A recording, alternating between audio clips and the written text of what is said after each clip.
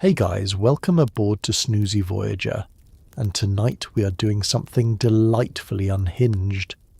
We are waking you up in New York City in the year 1910 as a Mafia boss. Not the Sopranos kind. Not the cinematic slow clap while someone gets thrown in the Hudson kind. I mean the real, actual thing. Olive oil in a crystal bottle, a revolver in a desk drawer, and an entire neighborhood that crosses the street when it hears your name. Before you get comfortable, take a second to like the video and subscribe, but only if you genuinely enjoy what I do here. Drop a comment telling me where you're listening from and what time it is for you. It is somehow always 2 a.m. somewhere, and whoever you are, you're exactly who this channel was made for. Now, before we begin, let's think about this for a second.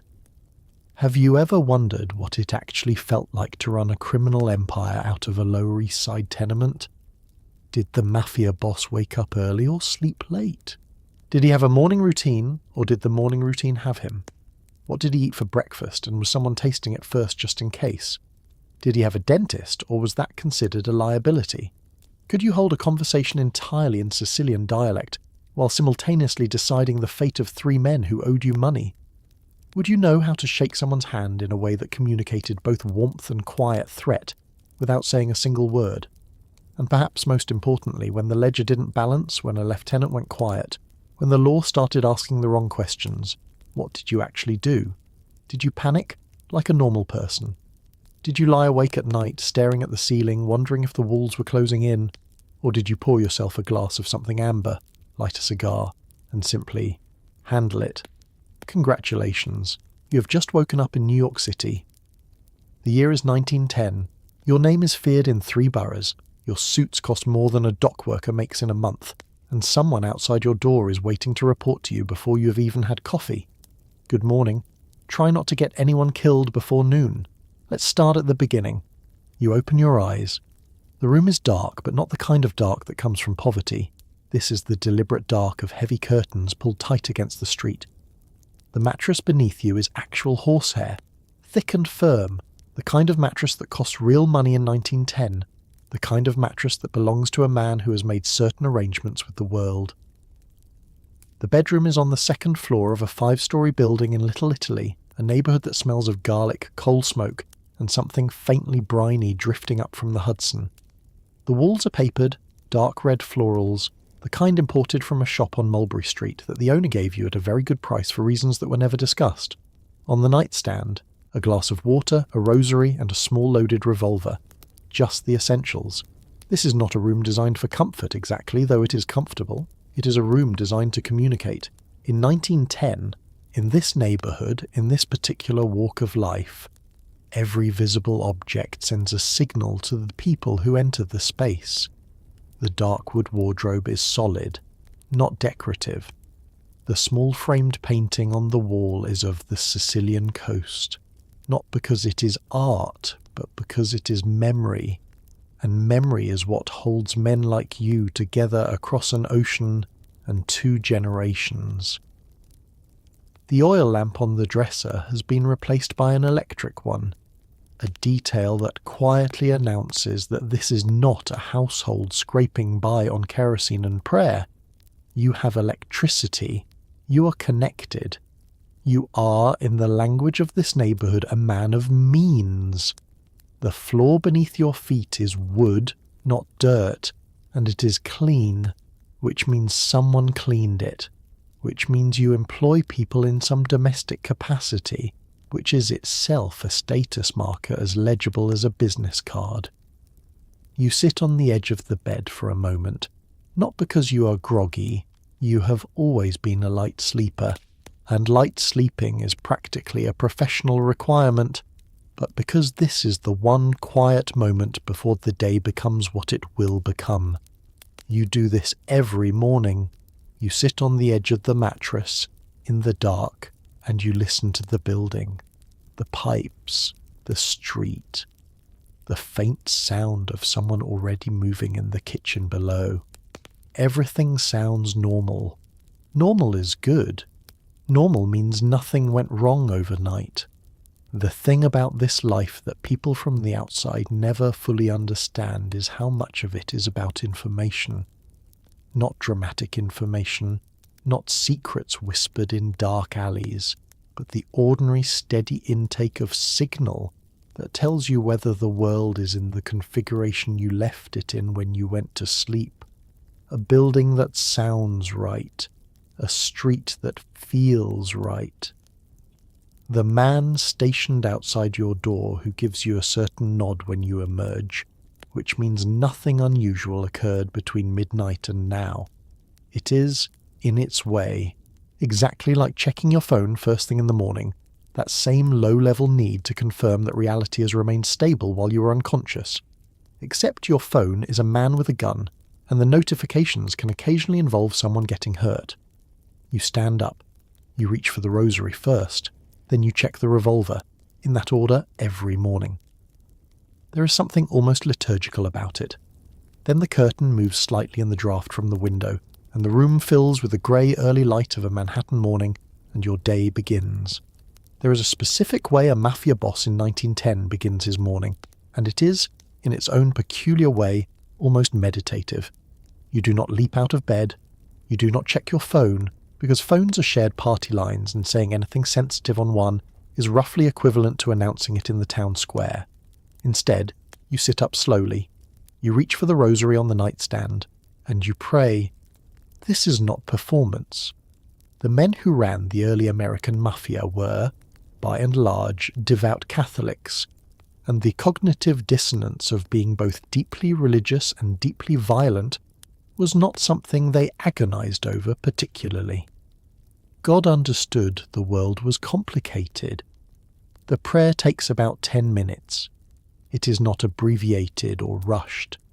This is a man who came of age in villages where the church was the architecture of daily life, where the rhythm of the liturgical year was the rhythm of everything, planting and harvest, birth and death.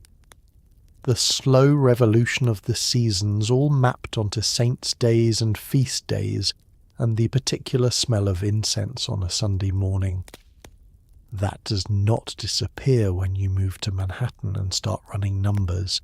It goes underground, maybe, travels with you, becomes part of the private interior of a life that otherwise has very little private interior.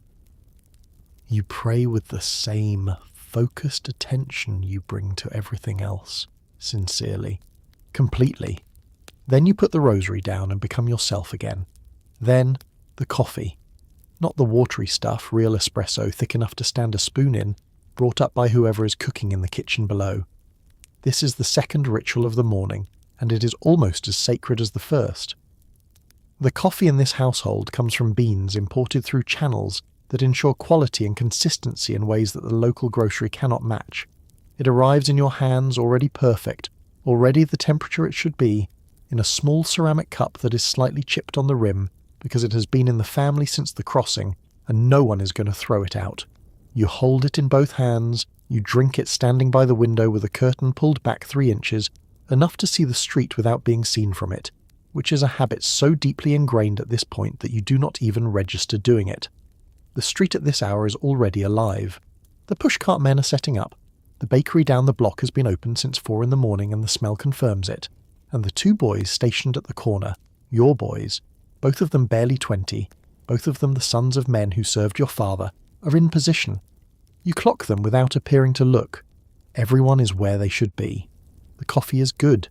It is going to be a functional day.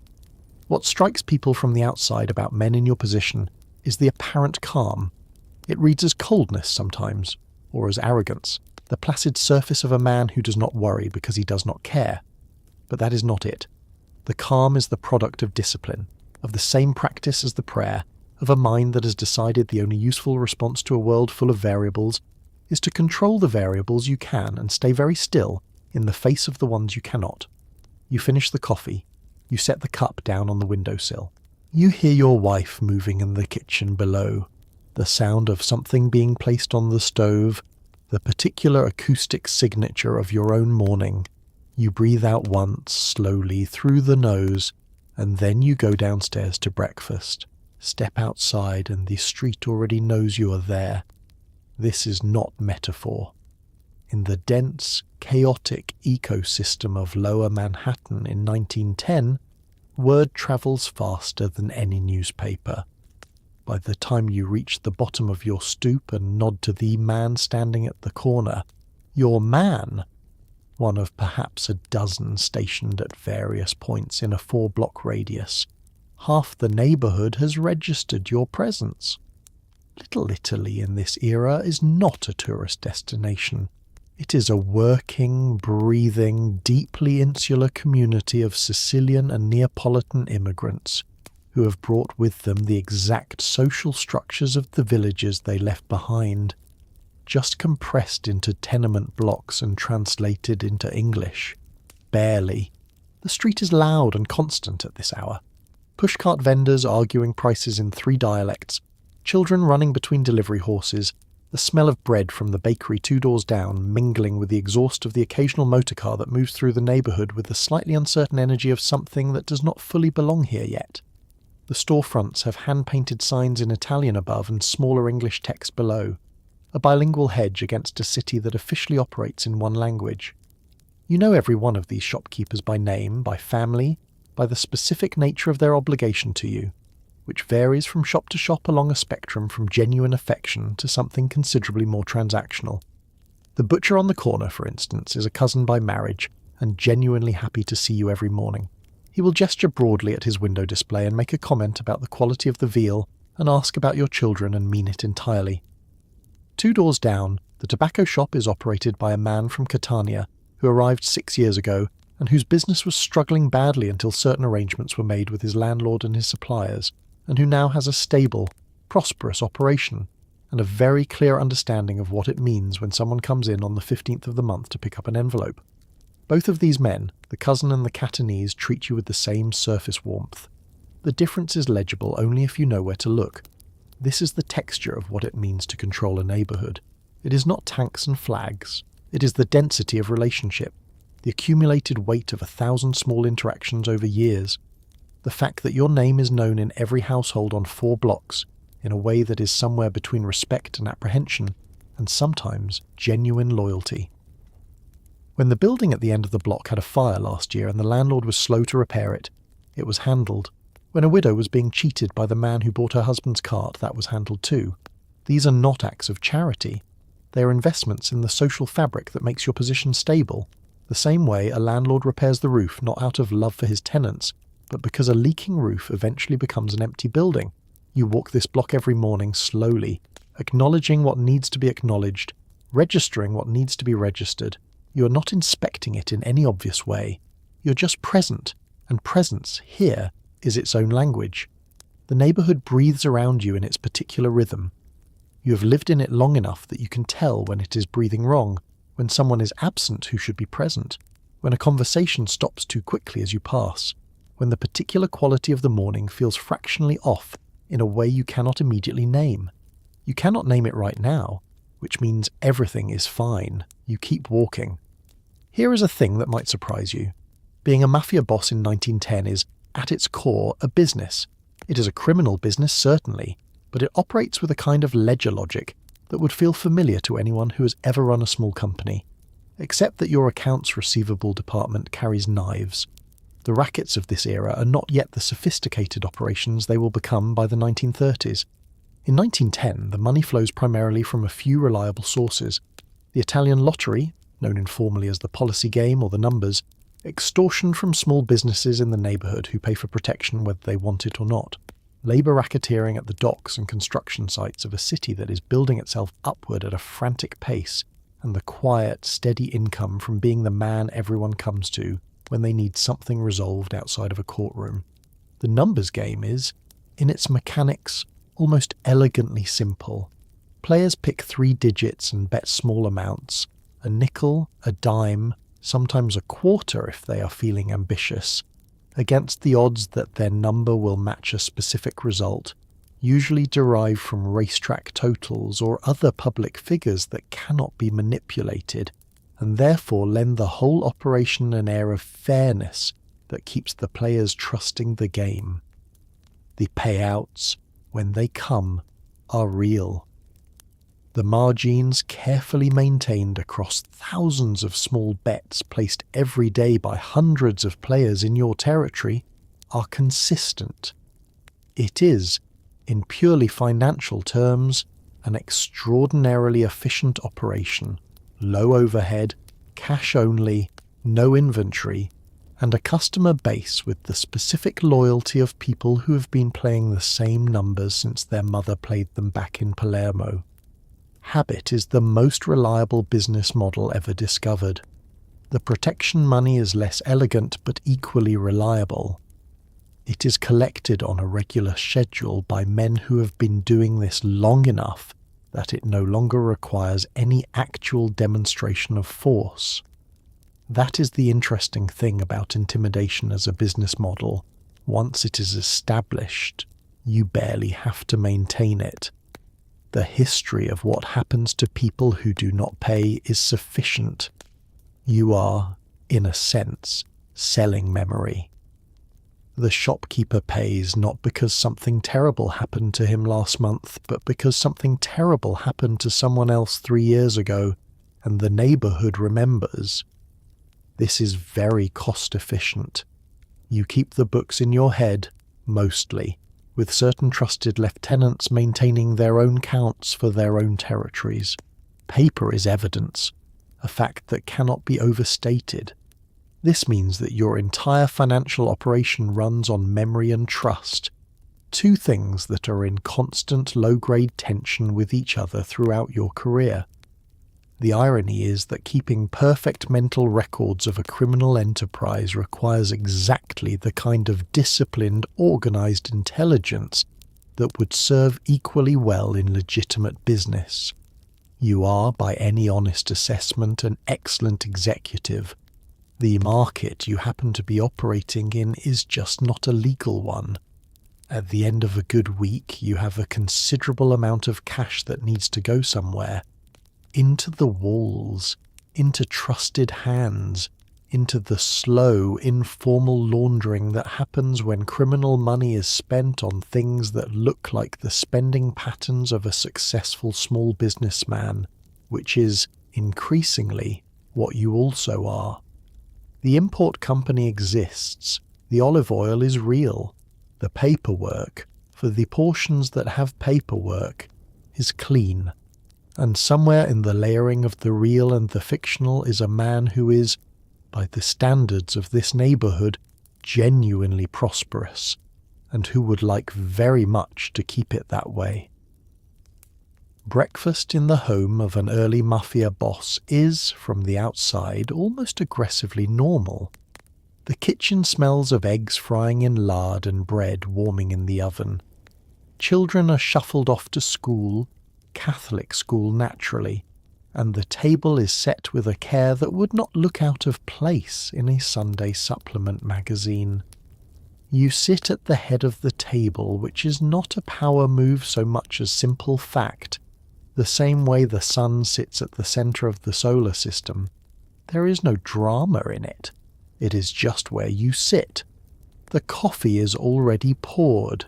The eggs arrive precisely the way you prefer them, a preference that has never been stated aloud because it has never had to be.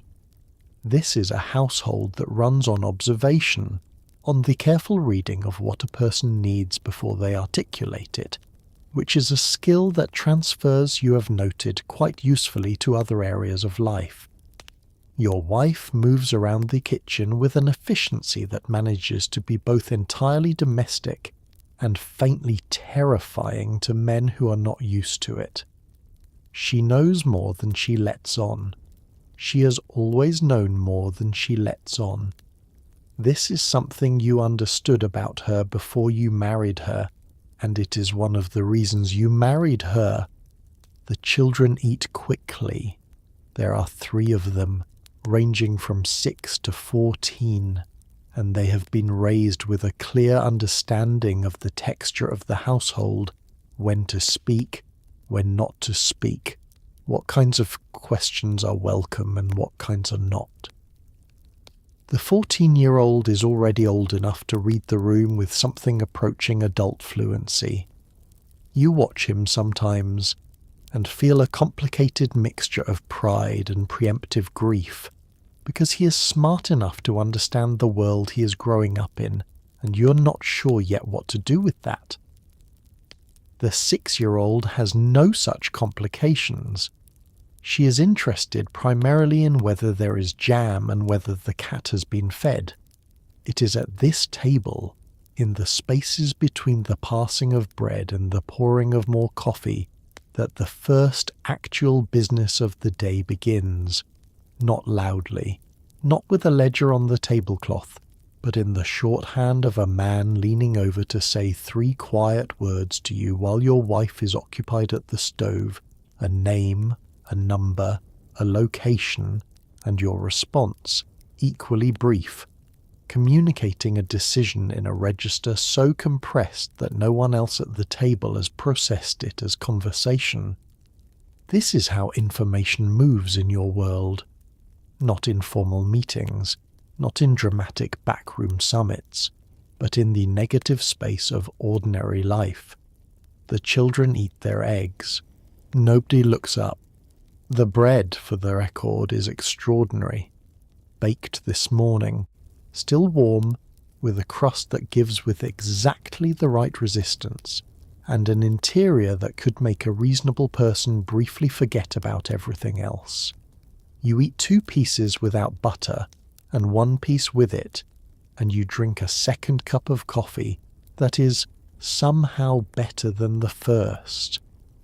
There is a pleasure in this, in the specific reliability of a good meal in a warm kitchen with people you are responsible for, that operates entirely separately from the other pleasures and terrors of your existence. You're a man who can hold these 2 things simultaneously without apparent difficulty. Whether that is a gift or a character flaw depends enormously on who you ask. The children leave for school. Your wife clears the plates. You sit for another moment with the last of the coffee, looking at nothing in particular, and then you push back from the table and the day, which was already waiting, steps through the door. In 1910 New York, how a man dresses is not vanity. It is communication, and for a Mafia boss, the morning ritual of getting dressed carries a weight that would exhaust most people before they even left the house. The suit is bespoke, made by a tailor on Hester Street who has your measurements memorized and who knows better than to discuss your visits with anyone. He is a quiet man from Naples who came over 12 years ago and who has, in the intervening time, developed a very refined sense of which customers are best served by absolute discretion. He asks no questions. He does exceptional work. You have been his best customer for 7 years, and the relationship is mutually beneficial in the precise way that the best professional relationships are. Both parties understand exactly what they are and exactly what they are not. The suit today is charcoal wool, nearly black, with a slight texture that reads as expensive without being flashy. Flashy is for men who need to announce themselves. You do not need to announce yourself. Everyone in your world already knows exactly who you are. The suit is cut to hang correctly, whether you are standing at a bar or sitting across a table from someone.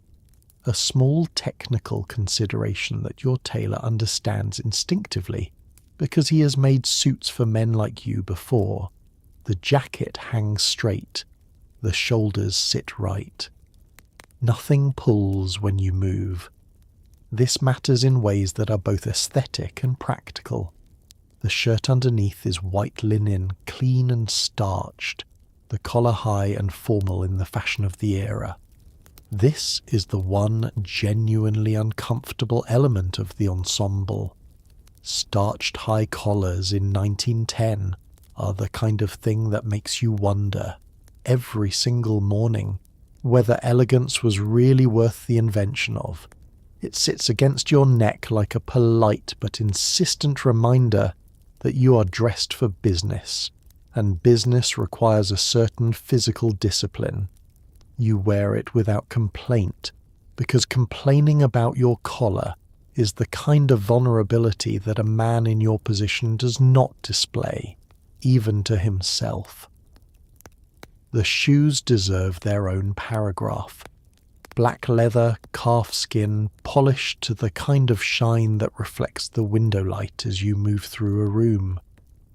They were polished this morning by one of the younger men in your orbit, a task that was assigned not as a humiliation, but as a demonstration of attentiveness. In your world, attention to detail is how loyalty is communicated before loyalty is tested. A man who polishes your shoes carefully and correctly is demonstrating, in a small but legible way, that he understands the importance of standards. You do not take this for granted. You noticed. The gun sits in a holster at the back of your belt, entirely concealed under the jacket. It is a Smith & Wesson .38, compact and reliable, and it has been there every day for 11 years, with the exception of certain church occasions where you have made considered and strategic exceptions. It is not a weapon you think about consciously any more than you think about your wallet. It is simply part of the getting dressed sequence, as automatic as buttoning a shirt. You have fired it 4 times in your adult life. You would like that number to remain 4. You look in the mirror once, briefly, before you go. Not in vanity, you are not a vain man, or at least you have decided that you are not.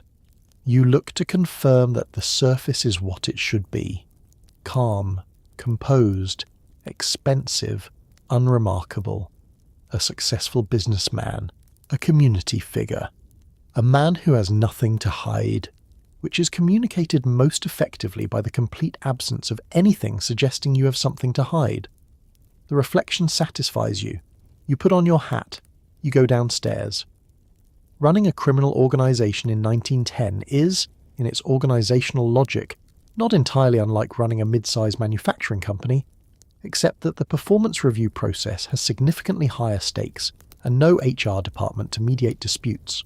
Below you are your captains, your capos, men who manage smaller crews of soldiers, each responsible for a specific territory, a specific racket, a specific piece of the machine. These men are not employees in any modern sense. They are partners, subordinates, and potential threats all at once, and maintaining the right balance of loyalty, fear, and genuine respect is the central skill of your entire existence. There are currently 4 of them. You have known them, in most cases, since before you arrived in this city, men whose fathers worked with your father, or men you came up with in the years after arriving, when everything was harder, and the loyalties formed in that period are the deepest ones you have. This is not sentimentality, it is information. A man you have known for 20 years has had 20 years in which to betray you and has not. That is a data point. A man you have known for 2 years has a much shorter track record, and accordingly occupies a different position in your internal calibration of trust, regardless of how impressive he is. The oldest of the 4 is a man from Palermo who manages the Waterfront operation. He is 53, quietly brilliant, and has a quality you value above almost everything else. He is satisfied. He has enough. He's not straining toward more power, not restless, not comparing himself to you in ways that generate friction. He simply does his work, does it very well, takes his percentage, and goes home to his family. Men like this are the structural pillars of an organization. They are also, in their own quiet way, the most dangerous people in your life. Because if one of them ever stopped being satisfied, if something shifted, If a grievance accumulated, the damage they could do would be disproportionate to everything. The youngest captain is 29 and ambitious, in the way that 29-year-olds are ambitious when they are good at difficult things and are starting to understand how good they are. You watch him carefully. Not with suspicion exactly. He has been reliably loyal, and his work in the numbers operation has tripled its efficiency in 2 years. You watch him the way a chess player watches a piece that is currently working in his favour, but whose trajectories have multiple possible endpoints. You have had one conversation with him, oblique and carefully calibrated. That was about the long game, about the patience required to build something durable versus the speed required to build something impressive. He listened. You think he understood. You think about it sometimes. The daily communication with your captains happens through intermediaries as much as directly. Messages passed through trusted third parties, brief face-to-face conversations in neutral locations, the occasional formal meeting at the restaurant where specific matters require specific resolution. You do not hold staff meetings. The idea of gathering all 4 captains in one room on any kind of regular schedule is, from a security standpoint, somewhere between inadvisable and genuinely foolish. You meet them one at a time, when you need to, where it makes sense to. The organization runs on trust and established protocol, not supervision. If it requires your constant direct intervention to function, it is not organized well enough. Before there was the Mafia as Americans came to understand it, the structured families, the commission, the elaborate codes, there was a cruder, uglier practice that terrorized immigrant communities in cities across America. The Black Hand, La Mano Nera. A letter would arrive, written in Italian, sometimes decorated with a hand-shaped stamp in black ink, threatening harm to the recipient or their family unless a sum of money was paid to a specific location by a specific date. These letters were not the work of any single organized body. They were sent by opportunists, some of them connected to larger criminal networks, many of them freelancers who understood that newly arrived immigrants, terrified of the police and unable to speak English, would pay rather than risk retaliation.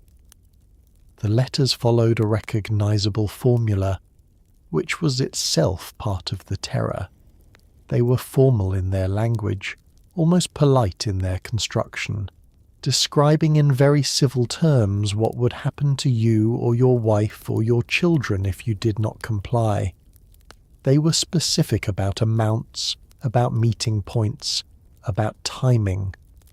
They communicated a kind of bureaucratic deliberateness that made them feel more credible than a simple shouted threat.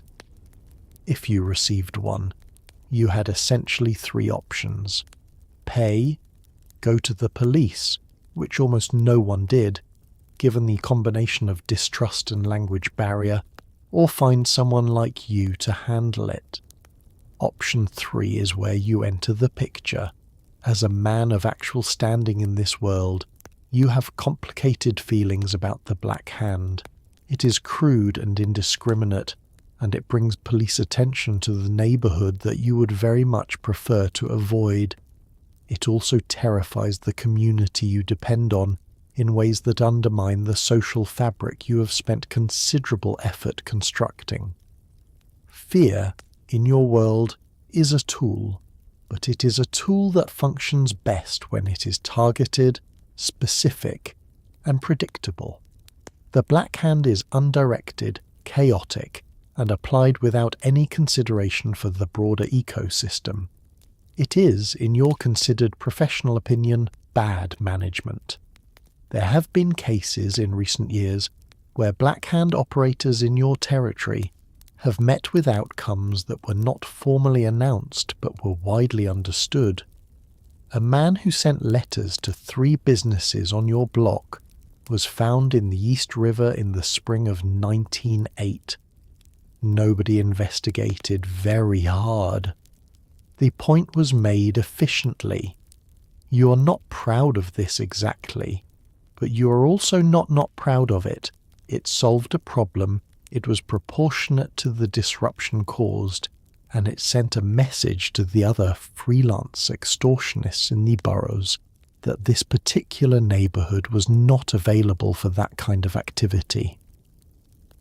The detective from the Italian squad, the NYPD's dedicated unit for Italian-American crime, led by a man named Joseph Petraino, who is by all accounts genuinely skilled and genuinely incorruptible, which makes him the most inconvenient person in your city, has been investigating Black Hand activity for 2 years. You follow his work with the same attention you would pay to any significant variable in your operating environment. Petraino is a problem. He is also, you must concede privately, doing something that is objectively beneficial to the community. Both things are true simultaneously. This is the kind of moral complexity that the novels never quite managed to capture. Here is a comforting truth about New York in 1910. The police are not your enemies, most of them anyway. The New York City Police Department of this era is famously, almost impressively corrupt, a fact documented by multiple reform commissions going back decades and going forward for decades more.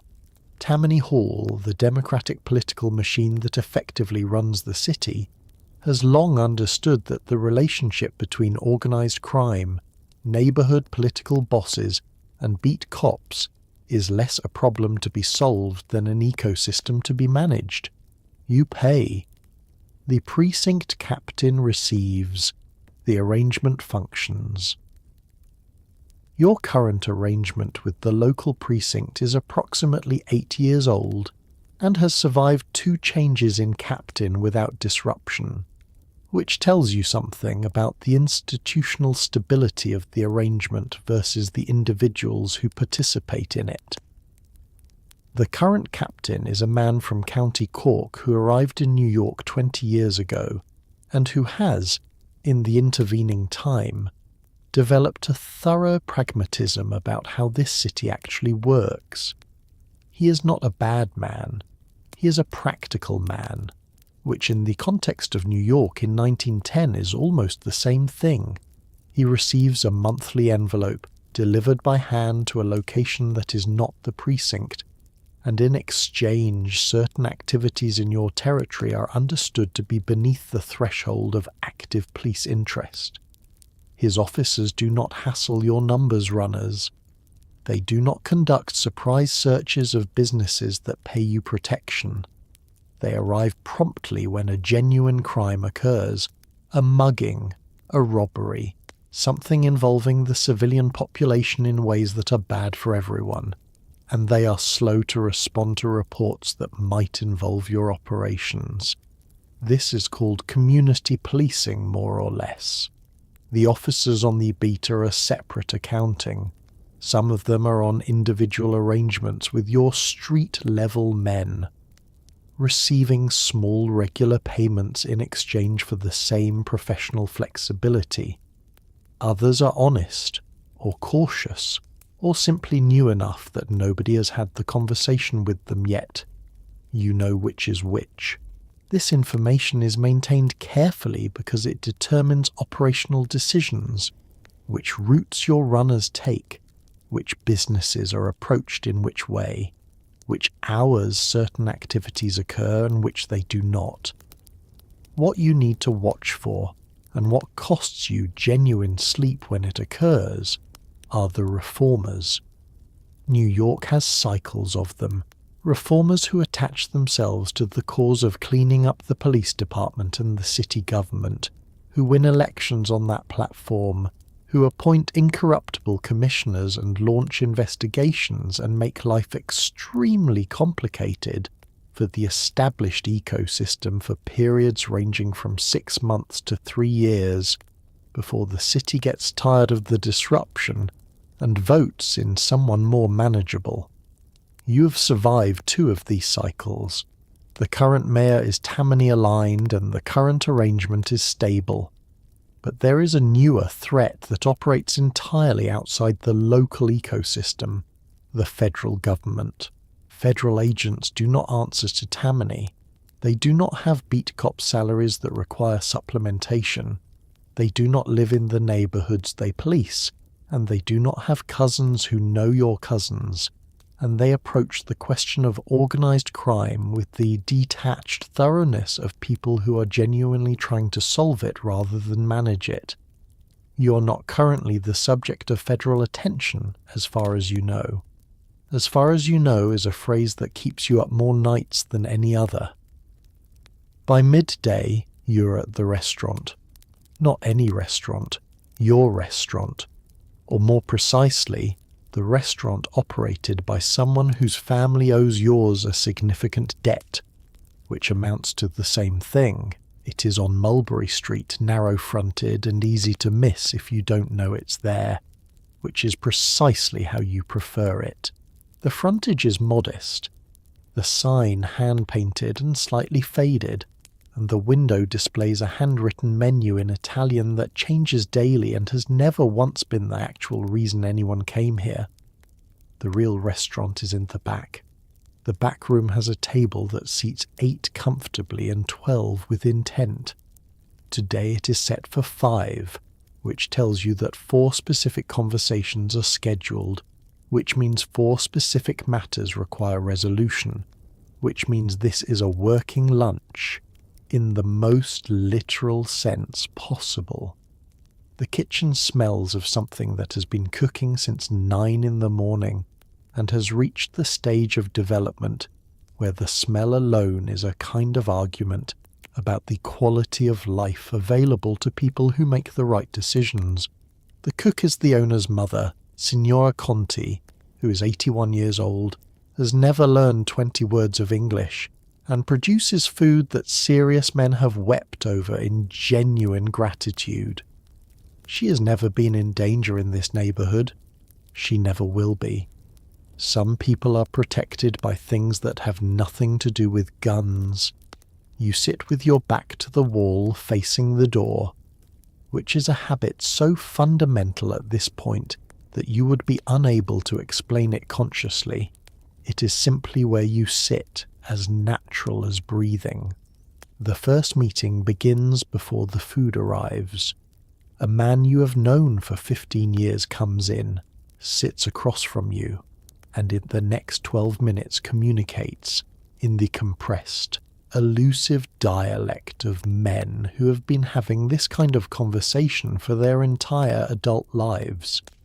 A situation involving a shipment, a discrepancy in the accounting, and a specific individual whose explanation for the discrepancy has not been entirely satisfying. You listen without interrupting. You ask 2 questions. The answers tell you what you need to know. A decision is made. The man leaves. This has taken 12 minutes. The food arrives, which is the second meeting in a different register. A man you are cultivating as an ally rather than managing as a subordinate, which requires a different kind of conversation entirely. More warmth, more apparent spontaneity, more of the particular art of making someone feel that they are being treated as an equal by someone who is not, in fact, treating them as an equal, in a way that nevertheless leaves them feeling genuinely respected. This is a skill that takes years to develop and is, in its own way, more sophisticated than anything the violence requires. You eat and you talk, and somewhere in the middle of the pasta, without it being formally noted, an agreement is reached about something neither of you will mention again for some time. The food, for the record, is extraordinary in a way that seems almost unfair given the context. The pasta is fresh, made this morning, dressed in a sauce that has been developed over decades to the point of quiet perfection. You eat it without performing appreciation because genuine appreciation does not require performance. The wine is from a producer in Sicily, whose bottles arrive through arrangements that bypass the import chain, and who sends, twice a year, a case that is not on any invoice anywhere.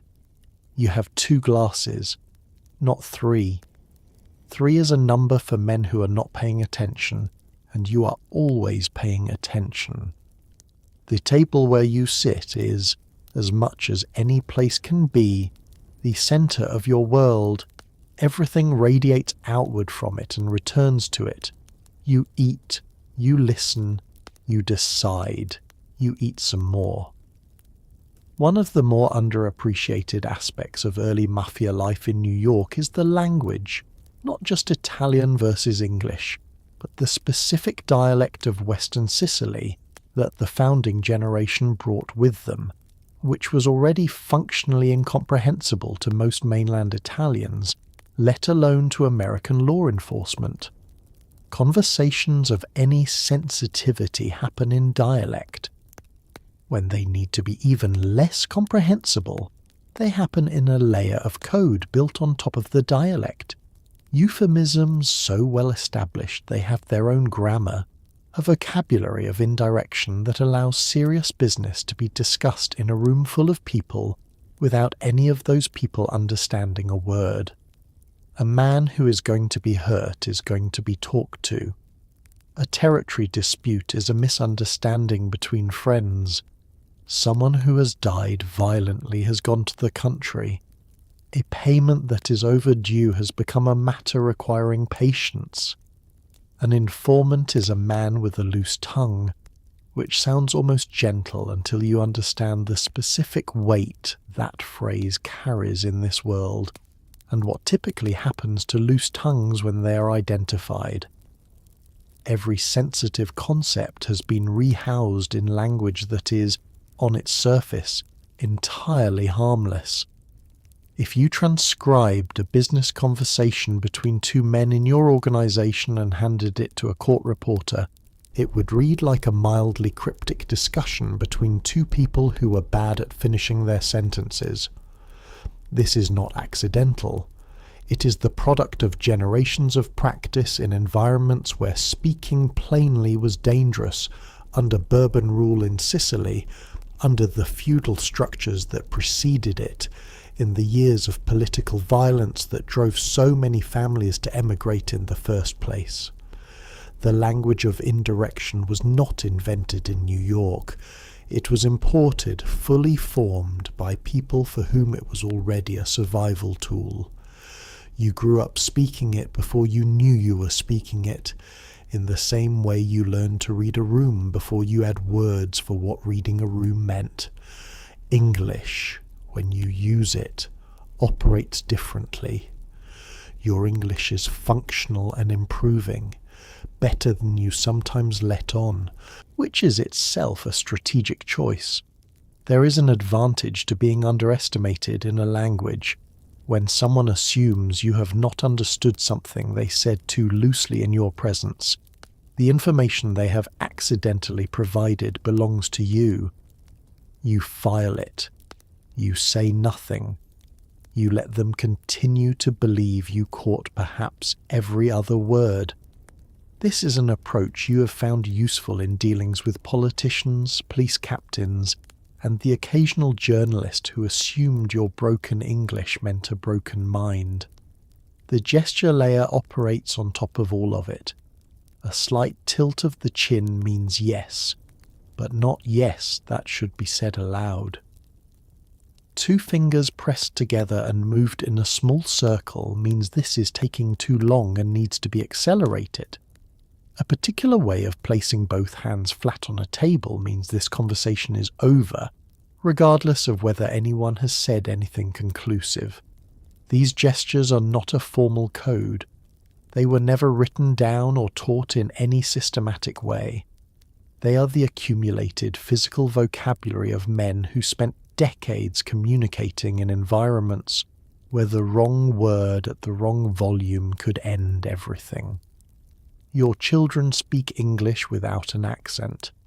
The youngest barely speaks Italian at all, which is a loss you feel occasionally, but have not articulated because articulating it would require acknowledging a kind of grief about the distance between the world you came from and the world they are growing into. The language of the old country, with all its layers and its particular genius for survival, is going to thin out with the generations. You know this. You say nothing. Some things are communicated more clearly by the quality of a silence than by anything words could carry. New York in 1910 is not yet carved into the neat territories it will have by the 1930s. The structure is messier, younger, more volatile, different factions with different origins, Sicilian versus Neapolitan, Palermitano versus Corleonese, with old country grudges and new world ambitions colliding in the streets of a city that is itself changing faster than anyone can track. You know the major players.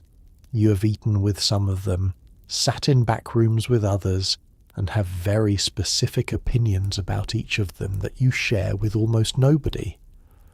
There are, at this moment in 1910, perhaps 4 organizations in New York that would meet any reasonable definition of structured criminal enterprise, plus a larger number of smaller crews operating in these spaces between, Irish gangs on the Lower West Side, Jewish operations on the Lower East Side, and the unaffiliated freelancers and opportunists who exist in every criminal ecosystem like bacteria in a gut.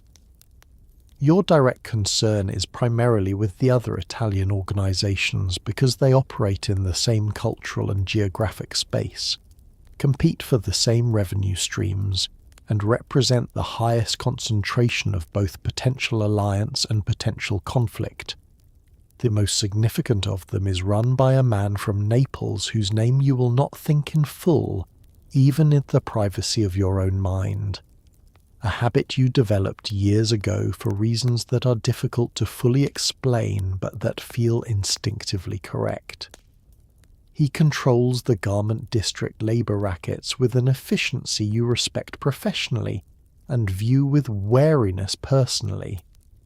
His operation and yours have been operating in parallel for 6 years without significant friction, which is a success story that requires constant maintenance. The maintenance takes the form of occasional meals carefully orchestrated at neutral restaurants in neighbourhoods neither of you owns, where conversation covers everything except the things that actually matter, and where the things that actually matter are communicated through the careful management of what is not said. Alliance is not the same as trust. This is the foundational axiom of your world. You have allies. You do not have partners in any sense that implies shared vulnerability. The distinction is critical and must be maintained with precision, because the moment you extend to an ally the kind of trust you reserve for family, the moment you tell them something that could be used against you or depend on them in a way that they could fail to fulfill, you have created a liability that is potentially more dangerous than any enemy. Enemies are identifiable. Disappointed allies are not, until it is too late. The possibility of war is always present, which is precisely why it almost never happens. Both parties understand that conflict between organizations of this kind is expensive in ways that go far beyond the immediate physical cost. It brings attention. It disrupts operations. It kills men who are expensive to replace, and it creates the kind of instability that allows smaller operators to move into the gaps that fighting creates. The math argues overwhelmingly for peace. Everyone knows the math, and yet the math does not eliminate the possibility that on a given Tuesday, something goes wrong. a territory violated, a slight perceived, a payment withheld, and two men who understand perfectly well that conflict is irrational find themselves in it anyway, because pride and history are not rational and have never pretended to be. You're currently aware of a situation on the eastern edge of your territory that has the early atmospheric characteristics of exactly this kind of development. You are handling it, quietly, methodically, with the same calm you bring to everything else. You're fairly confident it will resolve without escalation.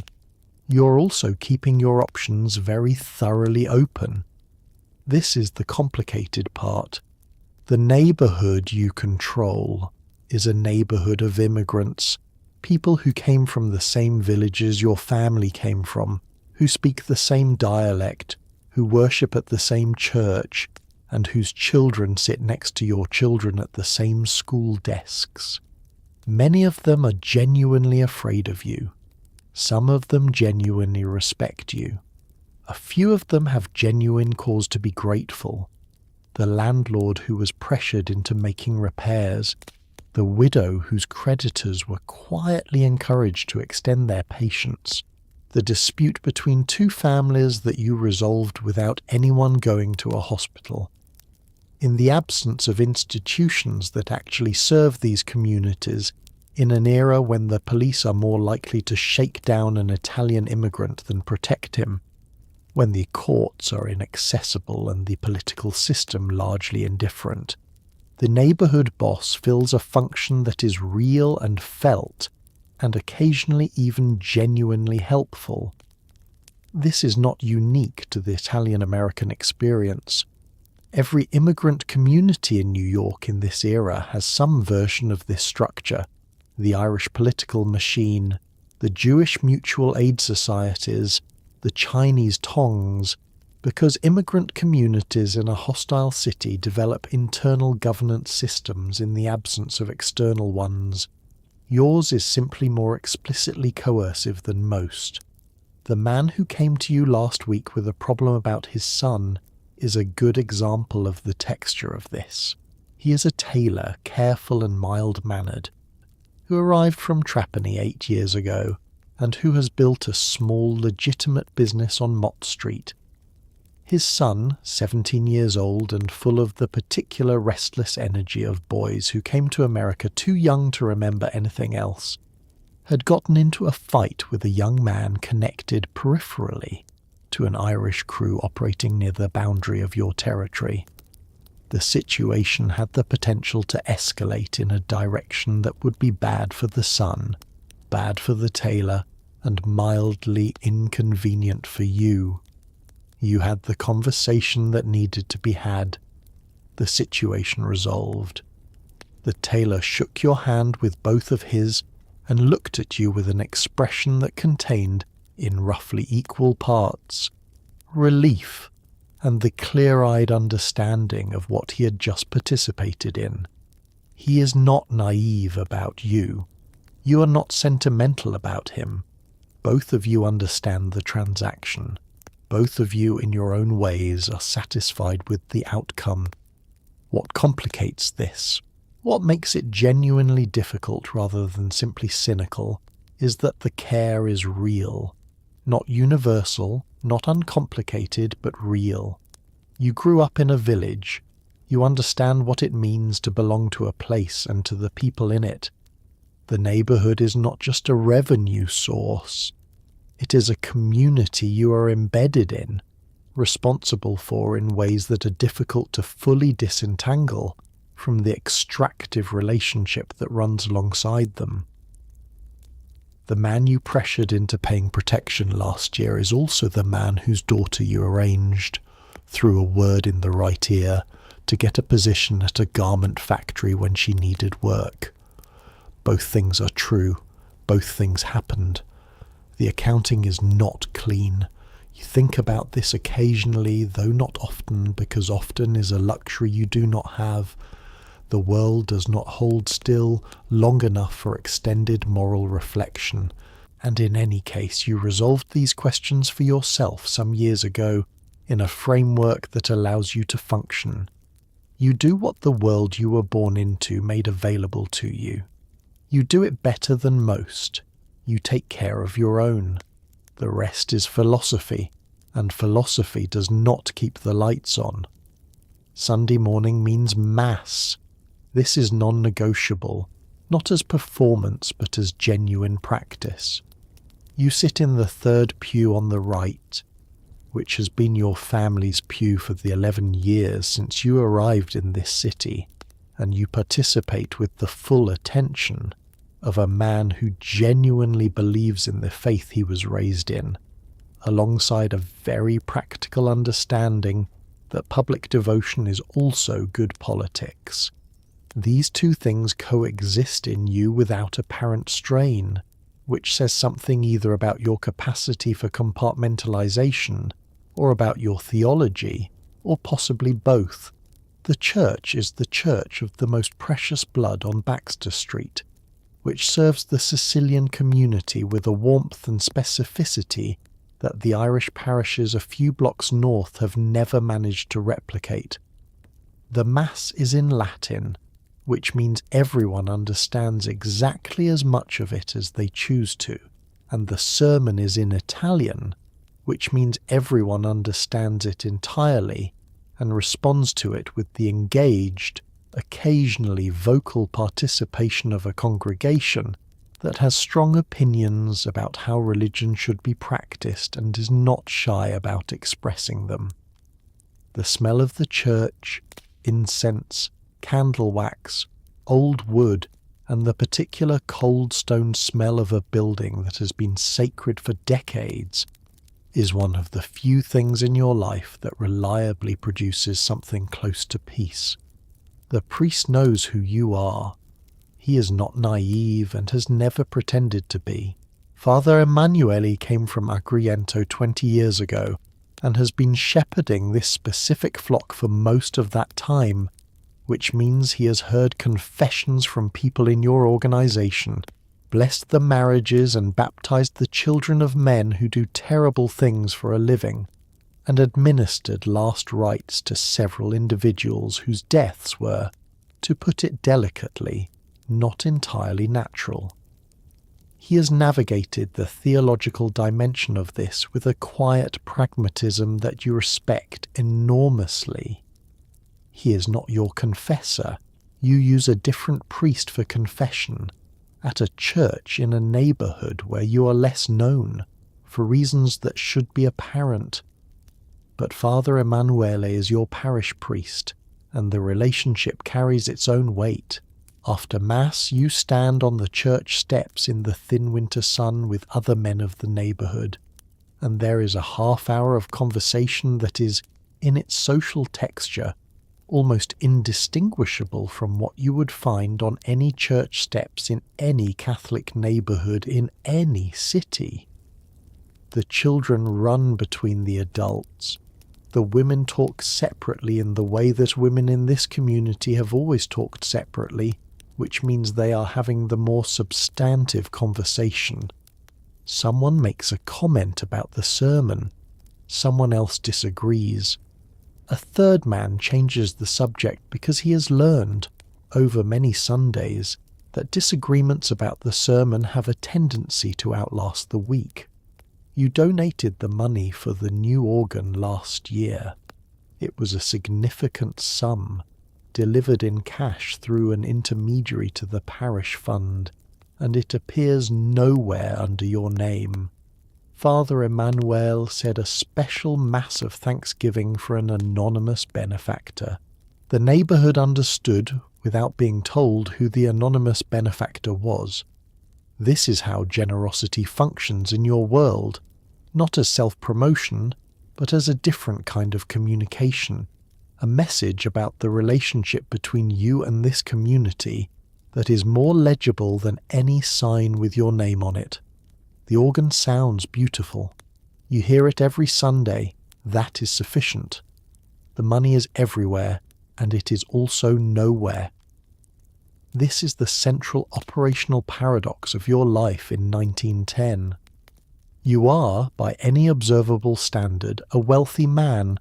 The suit, the apartment, the restaurant, the deference of every shopkeeper on your block, and yet you have no bank account in your name, no investments anyone can trace, no paper that would hold up in court as evidence of income.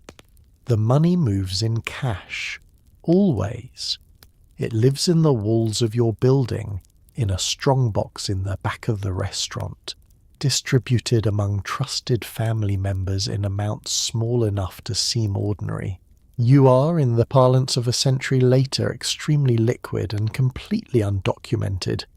The income tax, it should be noted, is only 2 years old at this point, established by the 16th Amendment in 1913, and this is 1910, so technically it does not yet exist, which is one of the few genuine administrative advantages of living in this particular moment.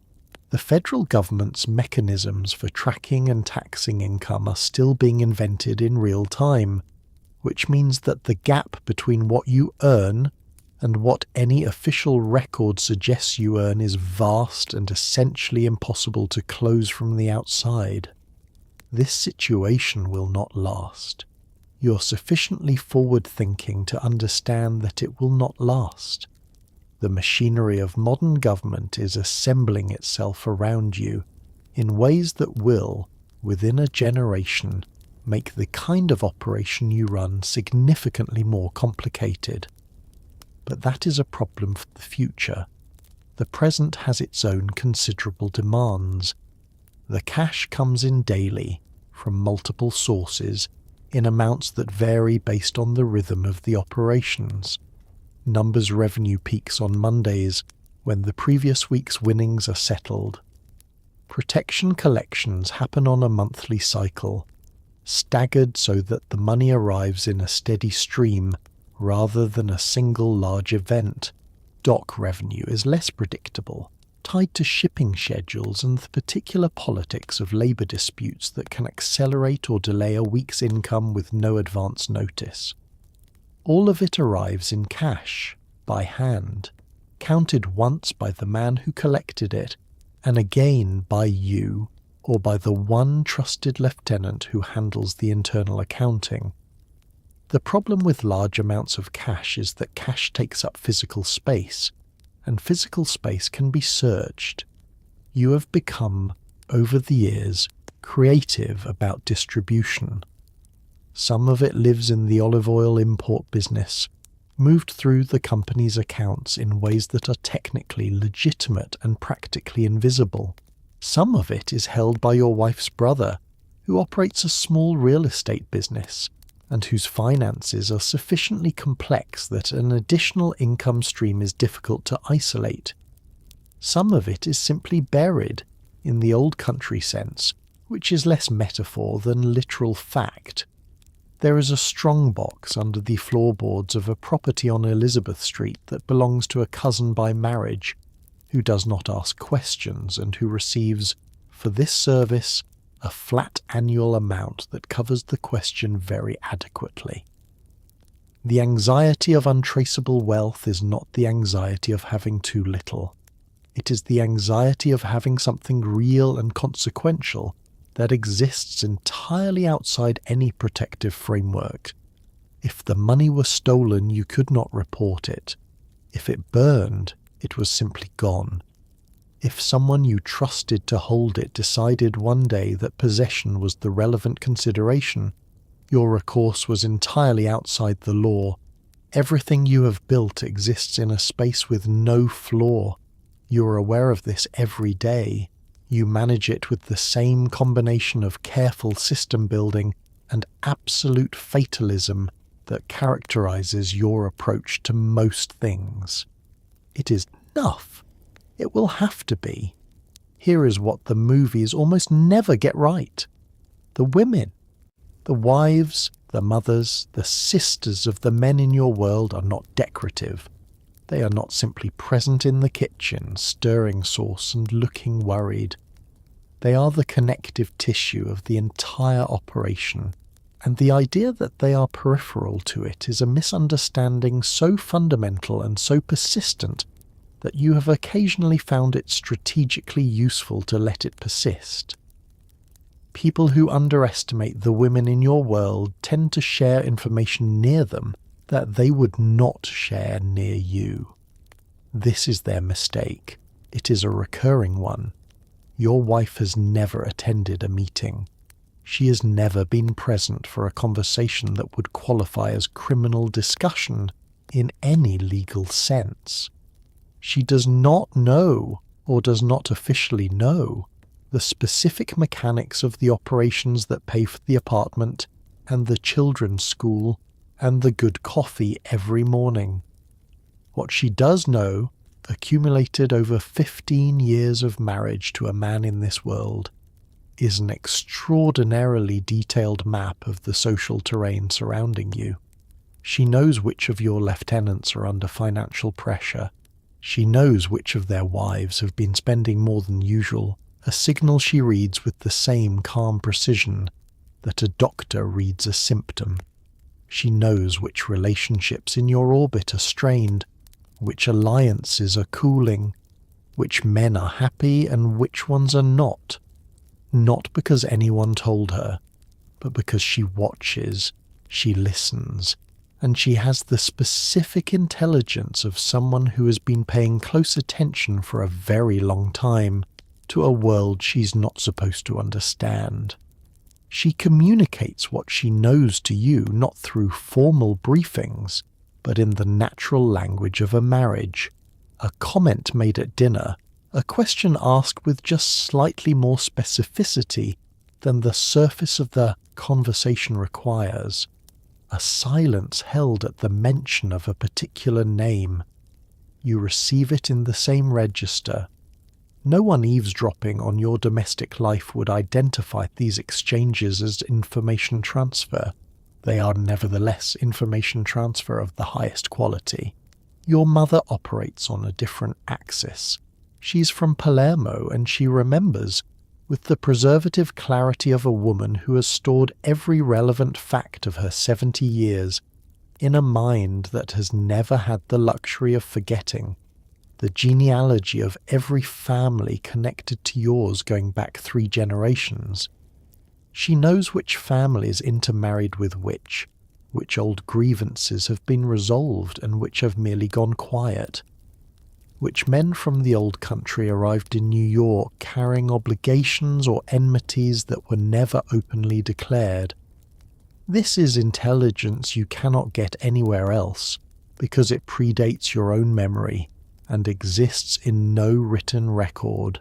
You consult her on matters of history, whose nephew this man actually is, what happened between his father and your father's partner in Palermo in the 1890s, with the same seriousness you bring to any strategic question. The women in your world are not in the organization. They are something more durable than that. The organization can be disrupted, arrested, restructured.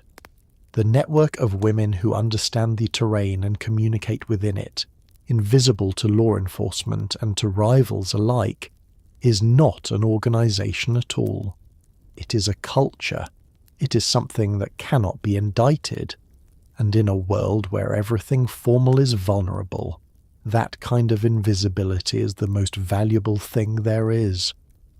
Let's be honest about this for a moment, because even a sleep story set in 1910 does not fully insulate us from what is actually being discussed. You're a criminal. You operate through intimidation, coercion, and the credible threat of physical harm. And when someone in your world creates a problem, steals from you, disrespects you publicly, informs to the police, or commits any of the dozen other transgressions that constitute serious offences in this ecosystem, something has to be done about it. What that something is depends on a hierarchy of considerations that is more bureaucratic than dramatic, and considerably less cinematic than anything you have seen in a picture show. The first question is always whether the problem is fixable through conversation. The answer in the majority of cases, is yes. Most problems in your world originate from miscommunication, from unclear expectations, from someone doing something stupid rather than something malicious. A man who shortchanged his weekly payment because he genuinely had a bad week is a different problem from a man who shortchanged his weekly payment because he has decided to test the enforceability of the arrangement. The first problem requires a conversation that clarifies the situation and re-establishes the terms. The second problem requires a conversation that clarifies the situation and re-establishes the terms, but with a different tone and different people in the room. The distinction between these two conversations is the majority of what management in your world actually involves. If conversation is insufficient, if the offence is significant enough or public enough that a private resolution will not send the necessary message, then escalation follows a specific logic. Visibility matters. The response to a public disrespect must itself be visible enough that the community reads it correctly, because the community is always watching and always calculating what the watching tells them about the current state of things. A response that is too mild reads as weakness. A response that is too severe reads as instability, which is a different problem. Calibration is everything. You have over many years developed a very precise sense of calibration. You are not proud of this. It is simply a professional skill, like a surgeon who has developed a steady hand. The application does not require enthusiasm.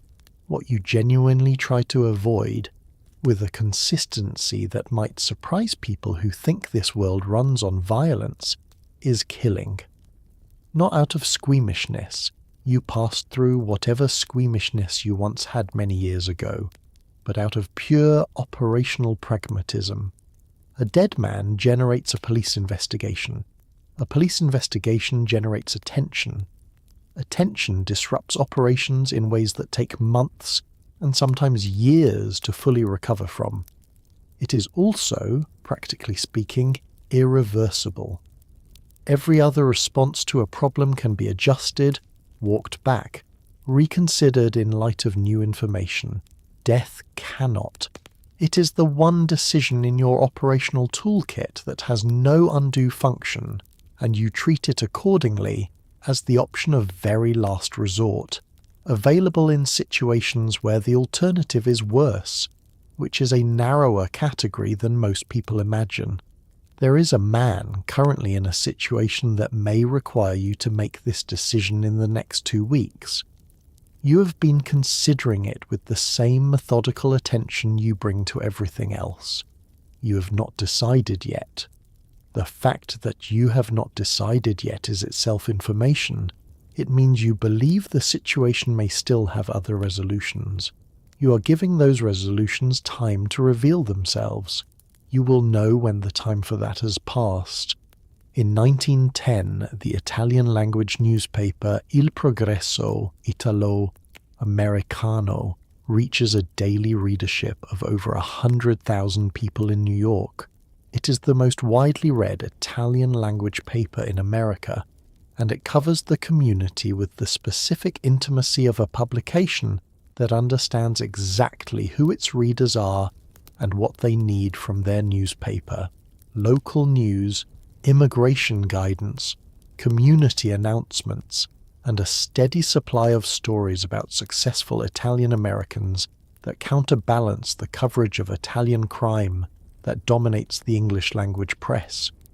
You read it every morning. You appear in it. Officially. Never. Your name has appeared in it twice. The first time was a brief mention in a society column covering a fundraiser for the parish school, where you were listed among the donors in a format so formulaic that it communicated nothing beyond attendance. The second time was less comfortable, a reference in a crime report sourced to a police statement that placed you in proximity to an investigation without naming you as a suspect, a construction so carefully legalistic that it clearly reflected the specific nervousness of the reporter who filed it.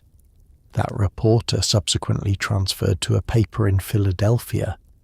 The circumstances of his transfer were entirely voluntary, and the timing was entirely coincidental.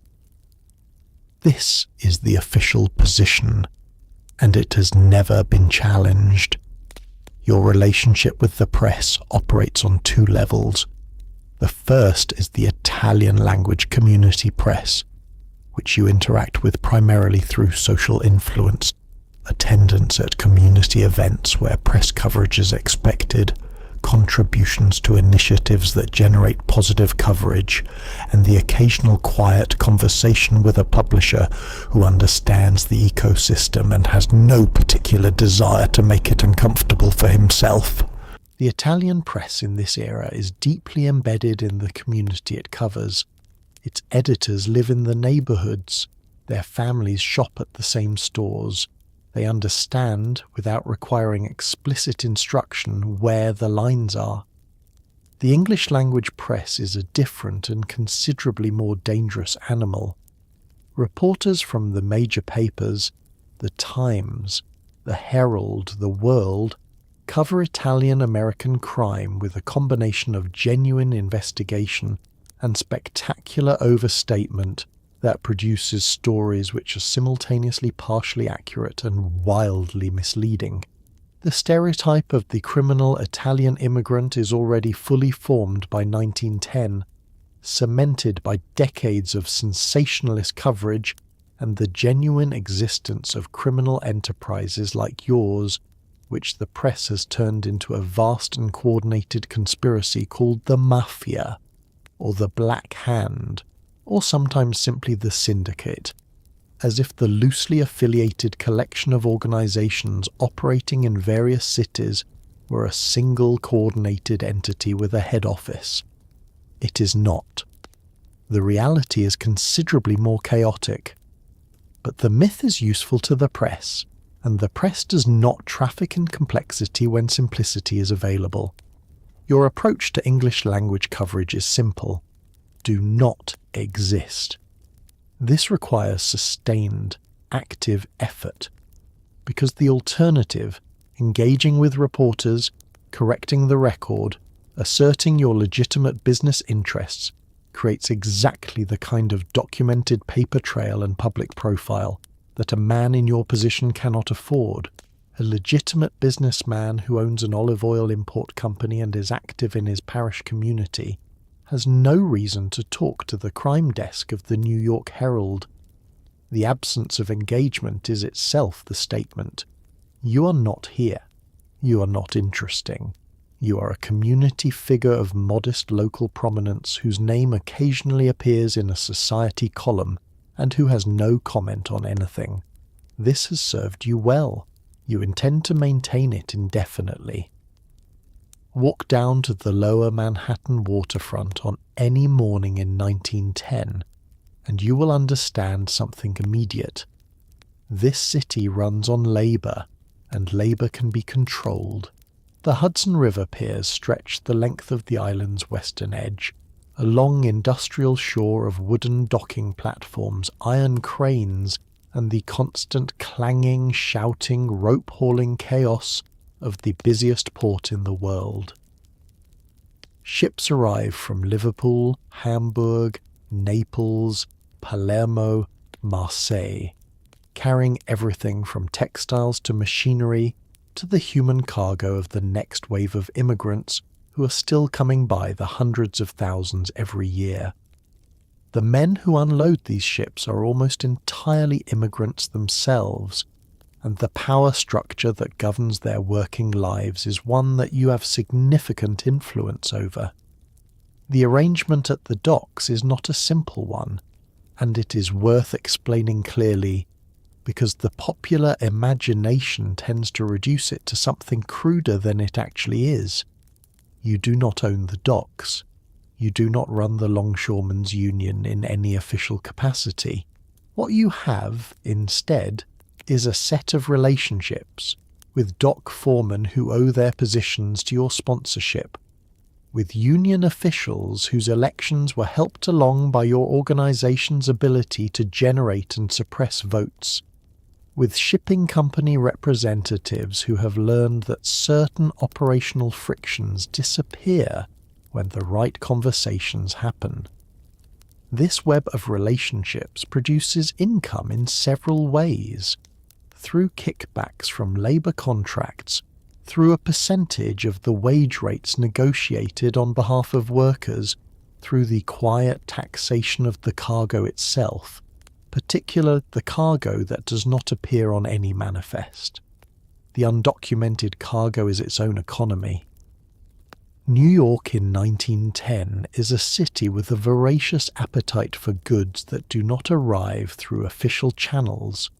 Wine and spirits that bypass the import duty system, luxury goods from European manufacturers whose domestic distributors charge more than the market will bear, and the full range of items that exist in the grey space between legal and not, which is a considerably larger space than most people realise. The docks are where this economy makes landfall. The process is mechanical and efficient. A crate is flagged before it arrives. A foreman is instructed which manifest it does not appear on, and a delivery is arranged to a warehouse that is not connected to anything official. The margin on this is excellent. The risk, managed through the relationships, is contained. What makes the dock operation genuinely complicated is the intersection with legitimate labour politics. The longshoremen are not simply instruments of your revenue model. They are workers, many of them from the same communities you come from, doing physically brutal work for wages that reflect their near-total lack of negotiating leverage. The union structure that your organisation influences was built, at least partly, on the genuine desire to improve their conditions, shorter hours, and better pay, some protection against the brutal shape-up system that had men standing on the docks at 5 a.m, hoping to be selected for a day's work. Your involvement has delivered some of this. It has also extracted a percentage of their wages as the cost of your protection. Both things are true. The ledger of benefit versus extraction is not one you close very often.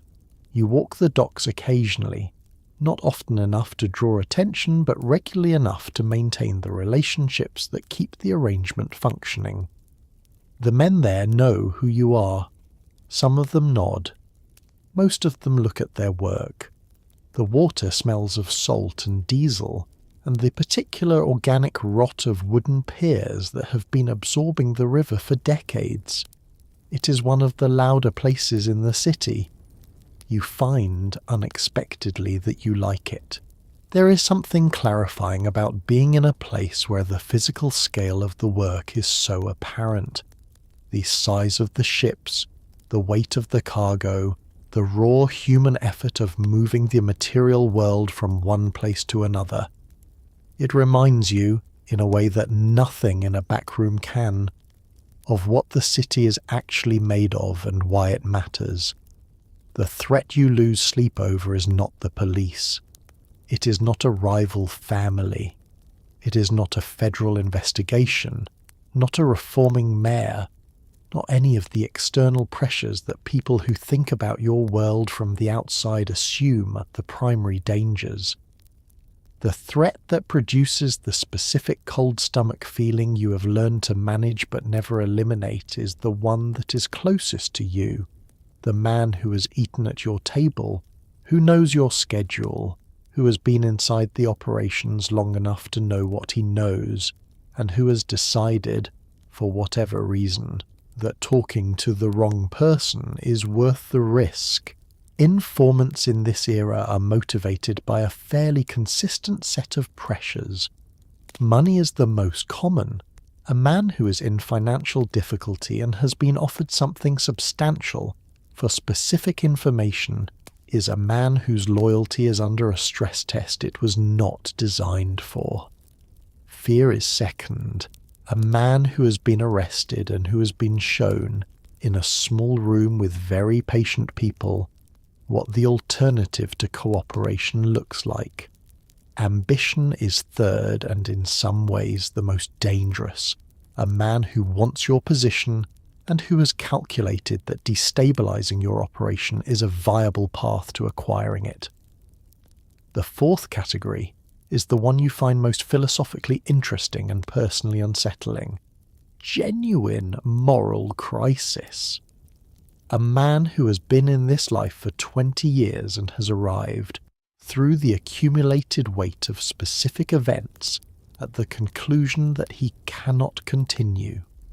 These men are rare. They are also very difficult to identify before they act, because their behaviour right up until the moment of decision looks like ordinary loyalty. Your response to the possibility of informants is structural. The circle is small and has been deliberately kept small for a decade. Information is distributed on a strict basis of operational necessity. The man who manages the numbers operation knows the numbers operation and nothing else. The man who handles the dock relationships knows the docks and nothing else. Nobody below you knows everything. You're the only person who holds the complete picture, and this is not an accident. It is the most basic security principle available to you, and you apply it with a consistency that occasionally frustrates your lieutenants, who interpret the information limits as a sign of distrust. They are not wrong to interpret it that way. It is a kind of distrust. It is a functional, necessary, nothing personal kind of distrust, and the men who have been with you long enough have made their peace with it. The behavioural monitoring is constant and mostly unconscious at this point. You register without deciding to register. The quality of attention a man pays during a meeting, the specific texture of his greeting, whether his spending patterns have shifted in ways that suggest either a financial problem or a sudden income that requires explanation. You notice when a man who is normally forthcoming becomes slightly less so. You notice when someone asks a question that is just slightly outside the range of what their role should require them to know. These are small signals. They are not definitive. Most of them resolve into nothing, a bad week, a domestic problem, normal human variability. But occasionally one of them is the first visible edge of something larger, and the discipline of watching has twice in the past decade allowed you to address a problem before it became catastrophic. The two men who are no longer with your organization, for reasons that are not publicly explained, are not discussed. Their absence is registered by everyone around you in the way that a missing tooth is registered, not prominently, but definitely, and with a clear understanding of what the gap communicates. This circle remains small, the information remains contained, you sleep adequately. That is the best outcome available. It is 1910, and Prohibition is a decade away. But the temperance movement is real and loud and gaining ground in ways that a perceptive man can feel even now. The Anti-Saloon League is winning elections at the state level.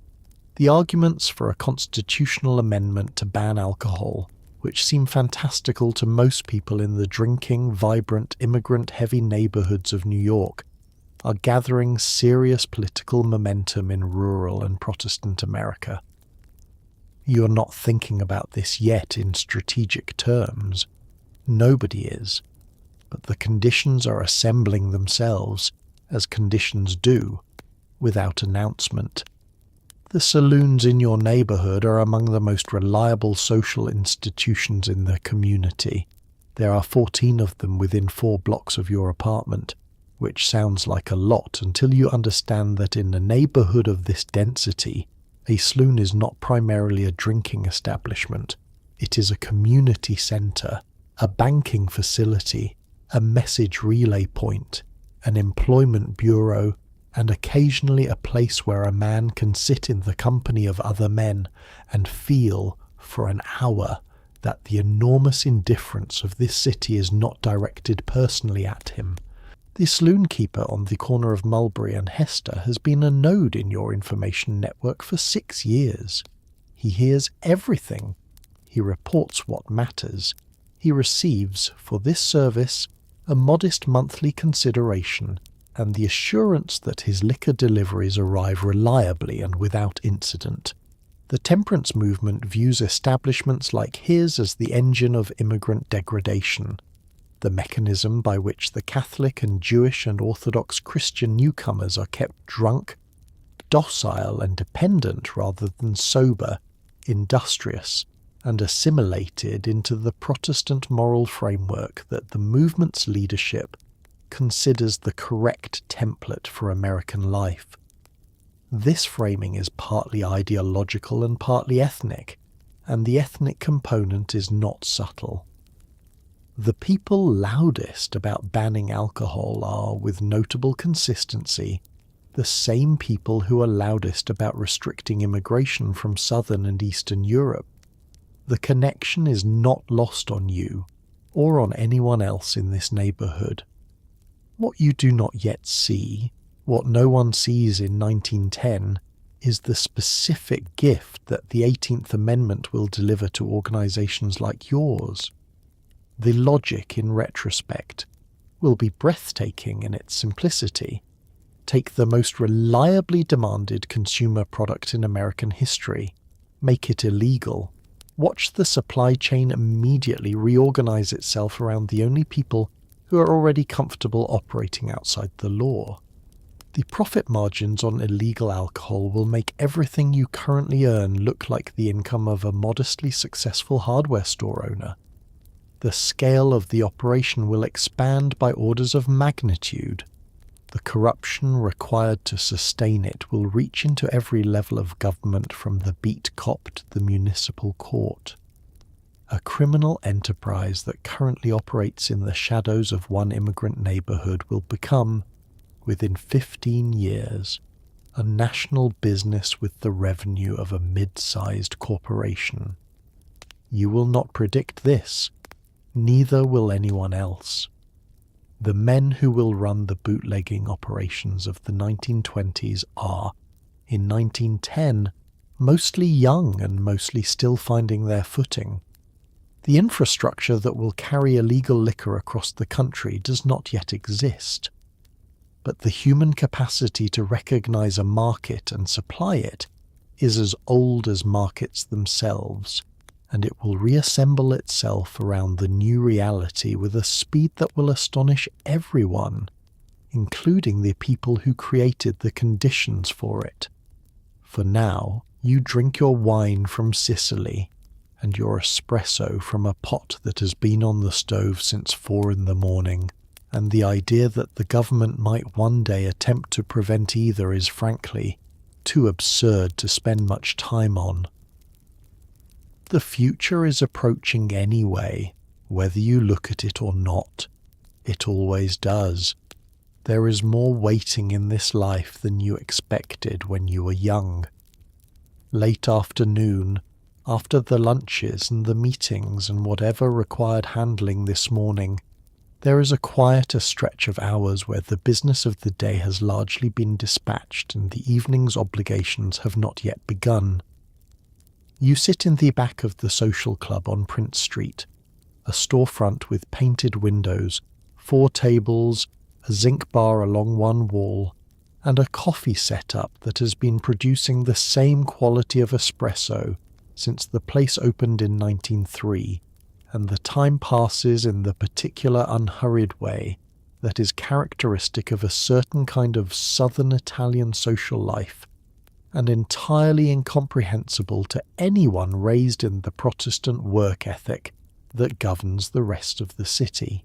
The social club is technically a private members' organization, a legal designation that provides a thin but functional shield against certain kinds of police interest.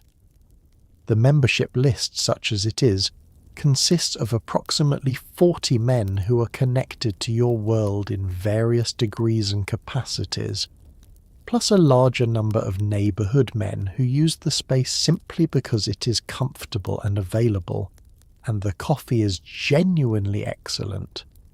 The mixing of these two populations is deliberate. A room that contains only criminals is a room that looks like a criminal gathering. A room that contains criminals and the barber from 2 doors down who comes in every afternoon to play cards with his brother-in-law looks like a neighbourhood social club, which is what it is also required to be. The card game this afternoon is Briscola, a Sicilian game that you have been playing since childhood, and that functions here as a context for conversation, in the same way that golf functions for a certain kind of American businessman. The game is the excuse, the talk is the purpose, and the fact that both activities are happening simultaneously provides a useful cover for the fact that what is actually occurring is the steady maintenance of relationships that hold an organization together. You play with moderate intensity. You lose occasionally on purpose, not out of generosity, but because a man who wins every game creates a different social atmosphere than a man who can be beaten. This is a small and perhaps overly calculated piece of social engineering, but small calculations compound. The pace of the afternoon is something you have come to value in ways that surprised you. The years when everything was urgent, when every hour contained something that required immediate resolution, were exhausting in a way you did not fully register until they began to ease. The urgency never disappears entirely. It is always available, always one phone call or knocked door away. But the long afternoon in the club, with its particular smell of espresso and pipe tobacco and old wood, and the sound of cards on the table and conversation that moves between the consequential and the completely trivial without warning, is its own form of maintenance. You are not resting exactly. You are present. You are available. You are embedded in the fabric of this community in a way that cannot be replicated from a distance. Your presence here, calm and unhurried in the middle of the afternoon, communicates something important to the men who see you. It says that things are stable, that there is no emergency, that the world is in the configuration it should be in. This communication is as valuable as anything decided at the lunch table. A man comes in around 4 o'clock with news about a situation on the waterfront, a small thing resolved already, requiring only that you know it happened. You listen, you nod, you go back to the card game. The afternoon continues. Outside, the light is going the particular amber colour of a New York late afternoon in winter, and the street sounds are changing as the working day ends, and the neighbourhood shifts into its evening register. You finish your coffee, you ask for another. The cards are dealt again. If breakfast is business in disguise and lunch is the real office, dinner is something else entirely. It is the thing that reminds everyone what they are supposedly doing all of this for. The table is long, the food is extensive, and the evening meal is the one context in which the walls between the professional and the personal genuinely come down, or come down as far as they are capable of coming down for men who have spent their lives being careful, which is not all the way, but enough. The smell of the kitchen has been in the building since mid-afternoon, which has already drawn comment from the neighbours in the tone that neighbours use when they want to be acknowledged as desirable dinner guests. Your wife has been cooking since 4 o'clock. The sauce has been on the stove since before that, reaching by 7 in the evening the specific state of development that people who did not grow up eating this kind of food find it difficult to fully explain to people who did not. It is not a complicated sauce. It is tomatoes and garlic and a small amount of pork and thyme, and the thyme is what cannot be abbreviated without losing the thing that makes it what it is. You could tell someone every ingredient and every step, and they would produce something that is technically the same sauce, and practically a different thing entirely. This is a mystery of cooking that you have accepted without needing to resolve it. Multiple generations sit at this table. Your mother is at one end. Your wife is managing the movement of food from kitchen to table with the efficiency of someone who has been feeding large groups of people her entire adult life and has developed, in the process, a very clear internal geometry of who sits where and what arrives when.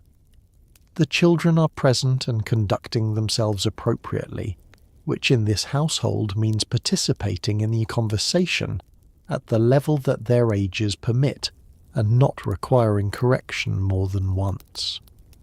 Your oldest is 14 and has reached the age where dinner conversation interests him in a way that is slightly different from before.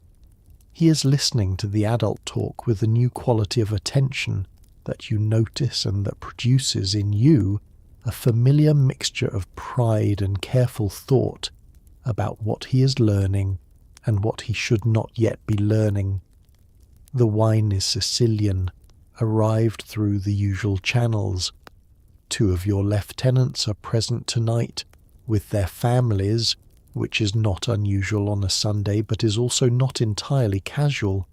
There is a specific reason for the gathering that will be addressed, briefly and without drama, in the half hour after the children have gone to bed, when the men will sit at the cleared table with small glasses of something stronger than wine, and a matter will be discussed that requires the particular gravity of a setting, like this rather than the ordinary back room, but that is later. For now, there is food. The conversation is warm and real and ranging. Someone's son did something funny at school. Someone's cousin arrived from Palermo last week, and his impressions of America are fresh and occasionally hilarious. A story is told about something that happened at the docks that is, in its original form, quite grim, but has been transmuted in the telling into something that produces genuine laughter around the table. This is one of the specific social gifts of this community, the ability to transform the difficult and dangerous into story, to hold the weight of a hard life in a narrative form that allows it to be shared and survived. You have always been good at this. It is possibly where your children get it from. They are laughing now, at the end of the table, at something the youngest said that has brought the whole table in. The sauce is extraordinary. The wine is good. For this hour, everything is exactly what it should be. New York in 1910 does not sleep early. The city hums past midnight in ways that will be familiar to anyone who has spent a night in it. The tenement windows lit well past 11, the saloons in full voice, the street still moving with the particular energy of a place that is always, at every hour, in the process of becoming something else.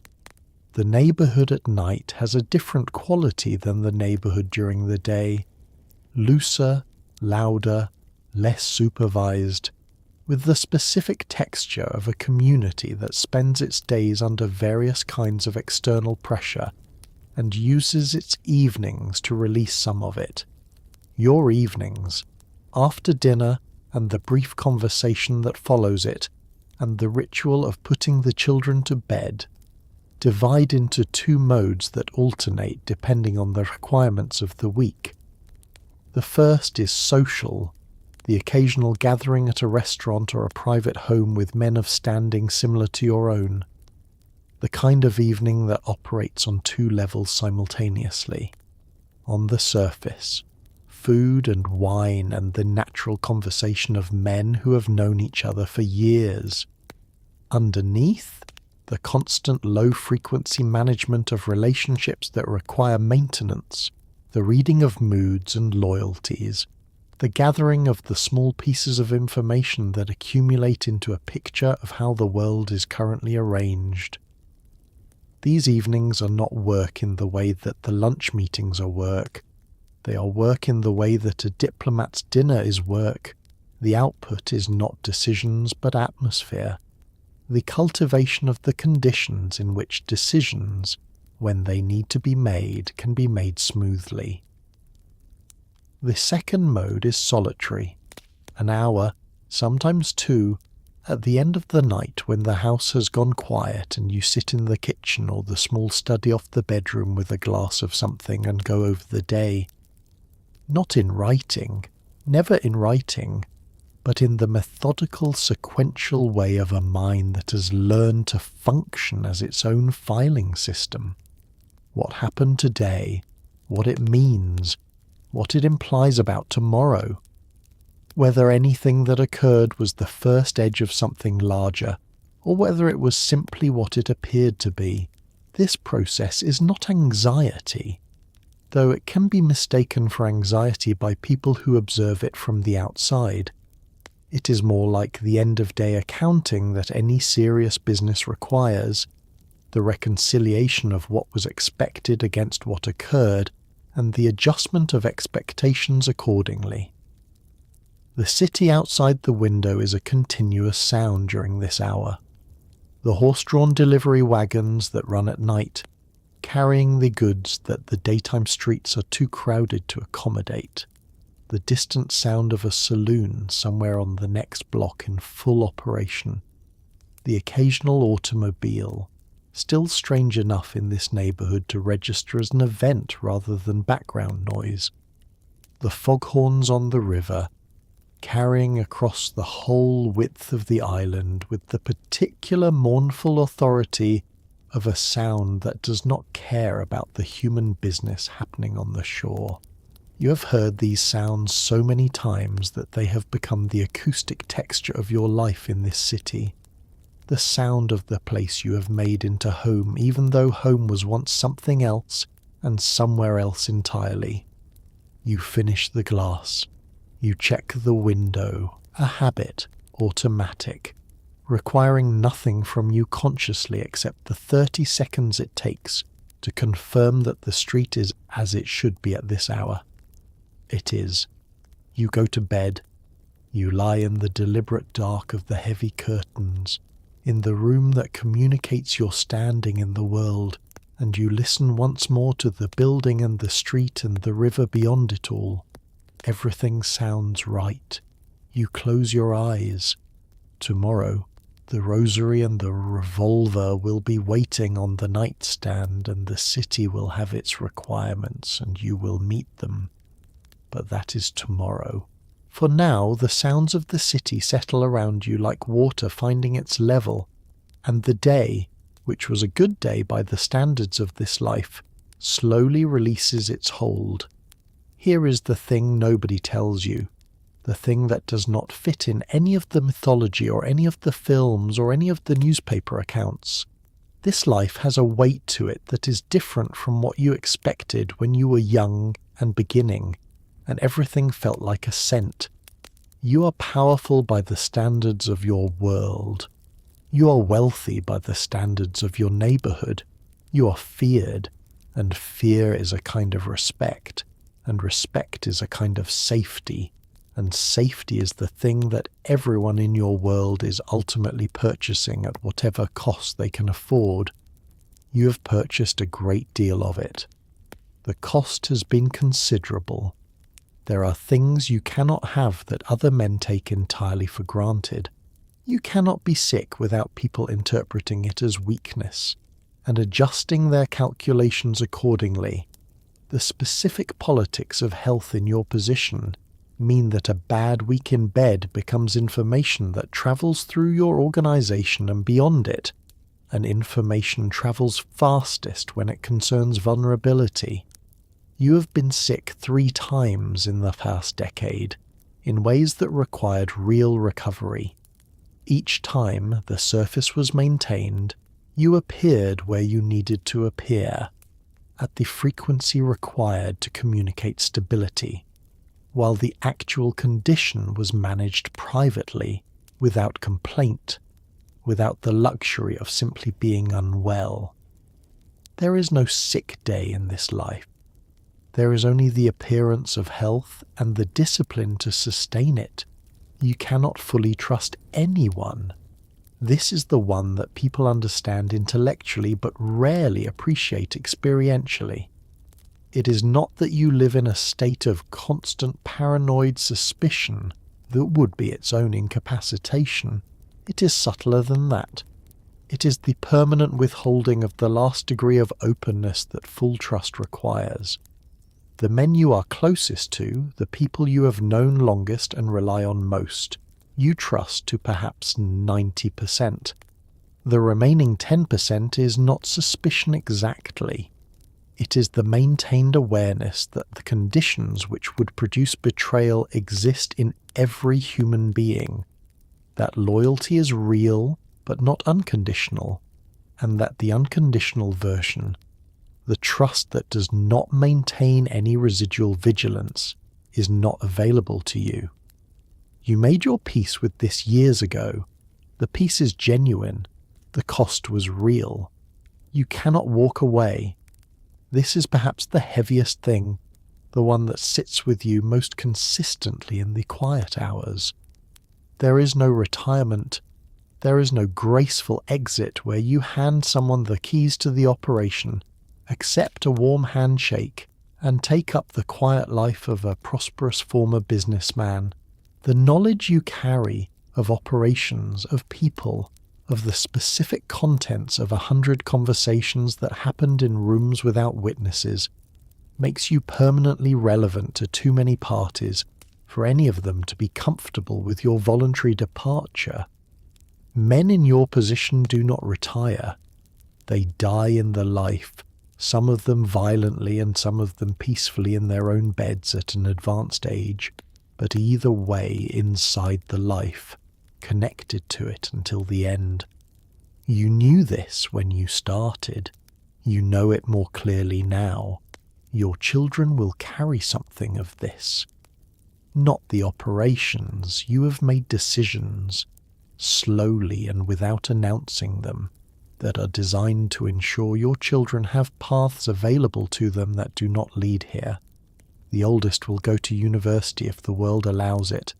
The girls will have options that were not available to the women of your generation, but they will carry the name and the neighborhood and the particular knowledge of what their father was, and that is not nothing. And you think about it in the way that parents think about the things they cannot protect their children from entirely. And yet, when the long accounting is done, the late-night, private, unflinching kind, you do not find regret in any simple form. You find a life that is yours, completely and consequentially yours, built by your own decisions in the world that was available to you. You find the table at dinner, the smell of the kitchen, the sound of your children's voices. You find the neighborhood that knows your name. You find the specific satisfaction of a man who is very good at what he does, whatever what he does actually is. The weight is real. It is also your weight, carried by you, belonging to you in the same way that everything else does.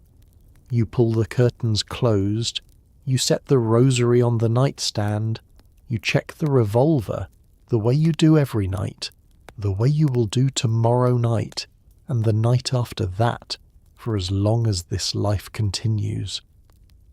The city is still going outside the window.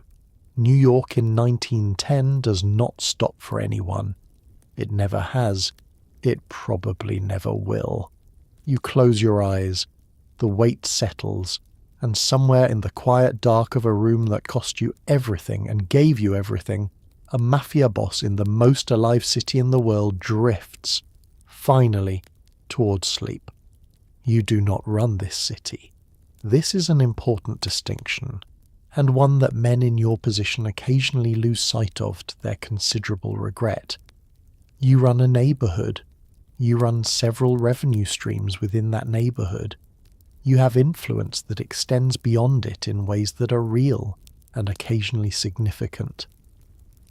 But the city, the actual machinery of municipal government, the contracts and appointments and licenses and permits that determine how New York functions at scale, that is run by Tammany Hall.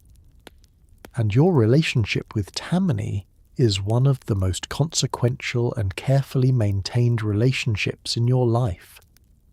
Tammany Hall is the Democratic Party political organization that has governed New York City, with occasional interruptions by reformers who never last, for the better part of a century.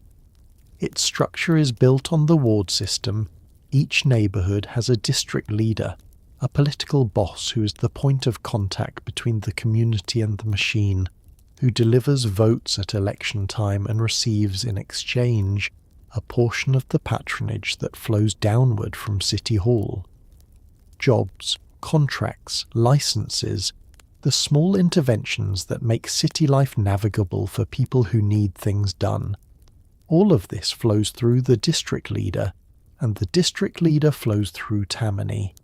It is, in its organizational logic, not entirely unlike your own operation, except it has better stationery and slightly fewer knives. Your district leader is a man named Farrell, Irish-American, third generation, who has been managing this particular ward for 12 years, with the practiced ease of someone who was born understanding how this city works. He is not warm toward you in any personal sense. The cultural distance between a Tammany Irish ward boss and a Sicilian neighborhood boss is real, and neither of you pretends otherwise. What exists instead is a working relationship of impressive functionality, mutual recognition, clearly understood terms, and the specific respect that passes between men who are good at the same kinds of things operating in adjacent spaces. He delivers the precinct captain's cooperation. He delivers licensing flexibility when your import business requires it. He delivers the general municipal indifference that is the operating condition for everything else you do. In exchange, you deliver the Italian vote, not your own vote, though you cast it. The votes of the neighborhood, the hundreds of men who look to you for guidance on which candidate deserves their support, and who receive that guidance in the form of a quiet word passed through the right channels. Tammany needs these votes with an urgency that increases every election cycle as the Italian population of the city grows. The Irish machine, which was built on Irish votes in an era when Italian immigration was still small, is watching its political arithmetic change in real time and is making the necessary adjustments. You are one of those adjustments. The Tammany sachems, the senior leadership, you have met twice, both times at functions that were officially charitable, officially nothing of note, full of men who were officially just concerned citizens.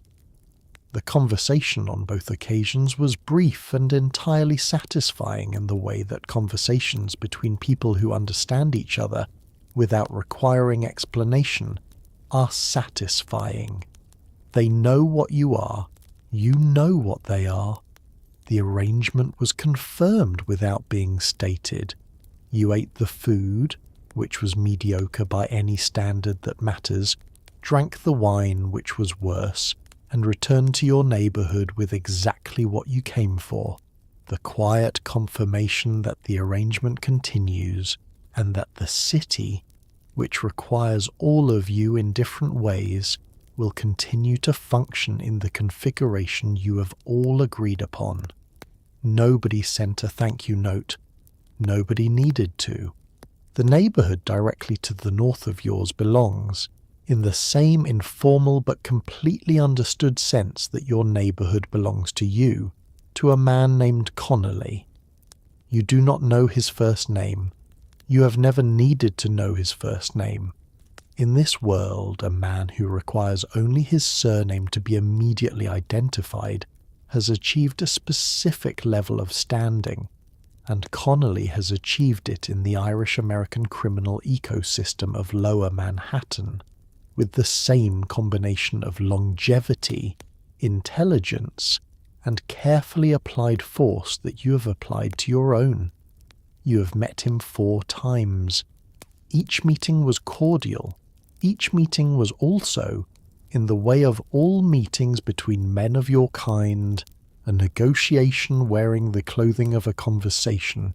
The Irish came to this city decades before the Italians, which means they had decades to build their criminal infrastructure into the city's political and police systems, with a depth and integration that your organizations, newer and still consolidating, have not yet matched.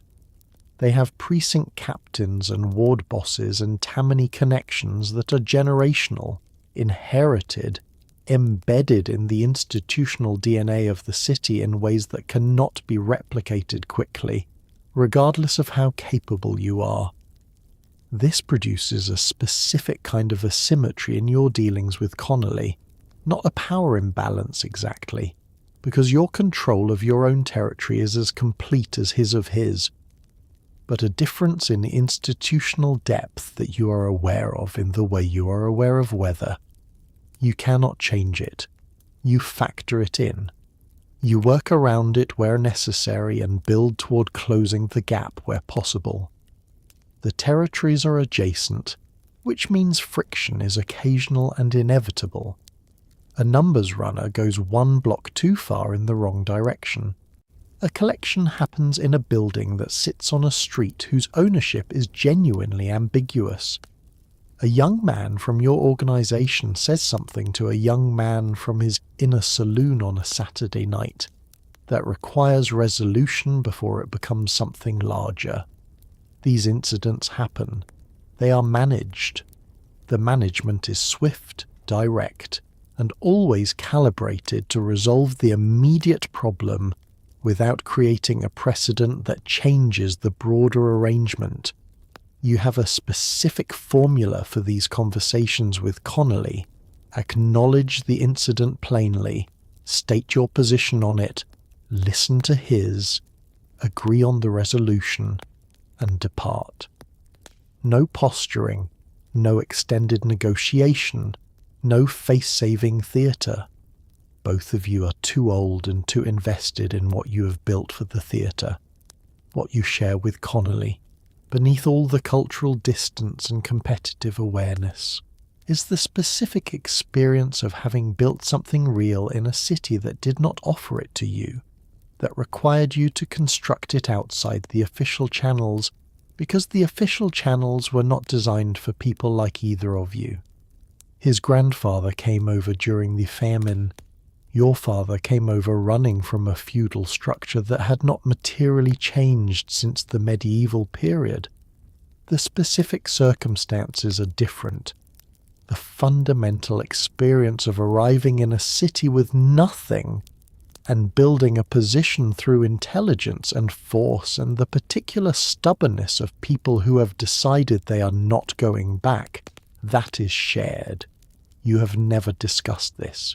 You would not discuss it. But it is there in the room every time you meet. A kind of unacknowledged common ground beneath the careful diplomacy, and you think it is part of why the arrangement has held as long as it has. There is a photograph of him that appeared in a newspaper 2 years ago. You cut it out. You looked at it for a long time. Then you burned it, because keeping it would have been strange. And you're not a man who does strange things.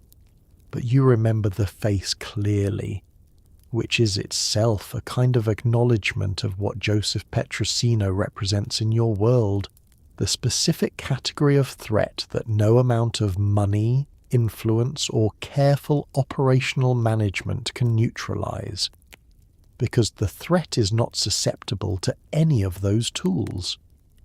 He is the one variable in your operating environment that has no management solution, and that fact sits with you in the quiet hours with a weight that nothing else quite matches.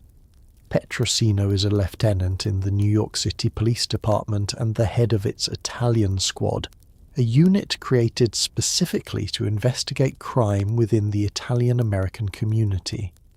He is himself a Neapolitan immigrant who arrived in New York as a child, and who has spent his professional life doing two things that most people would consider contradictory: genuinely protecting the Italian-American community from exploitation, and genuinely trying to dismantle the criminal organizations operating within it.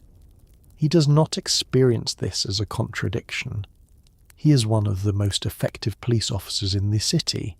He is also, as far as anyone has been able to establish across 2 decades of attempting to establish it, completely incorruptible. Not expensive, not careful, not waiting for the right offer. Incorruptible.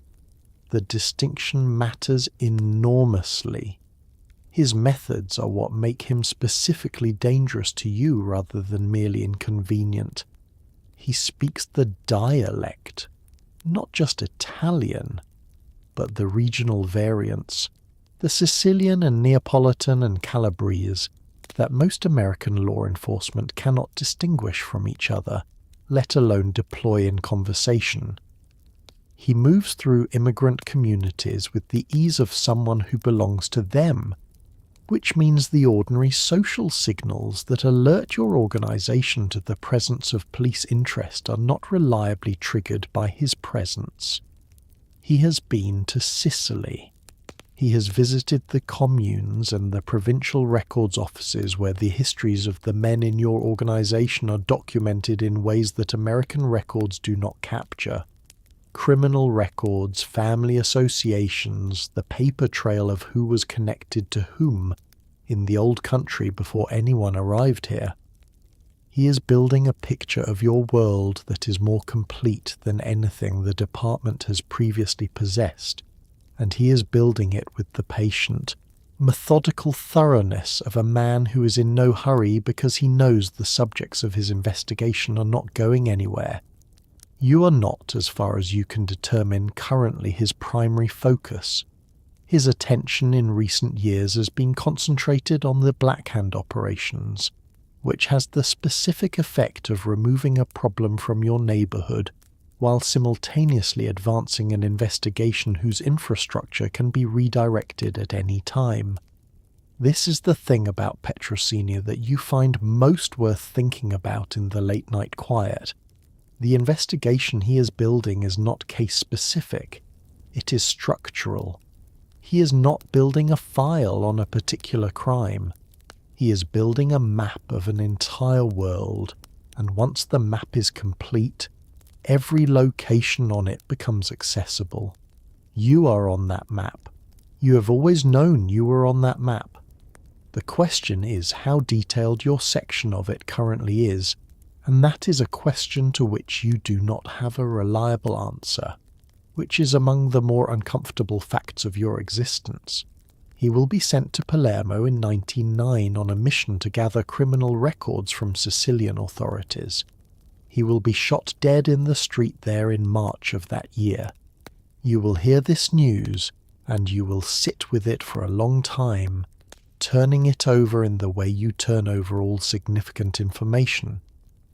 What you will feel will be complicated in ways you will not discuss with anyone. The map he was building will not be completed.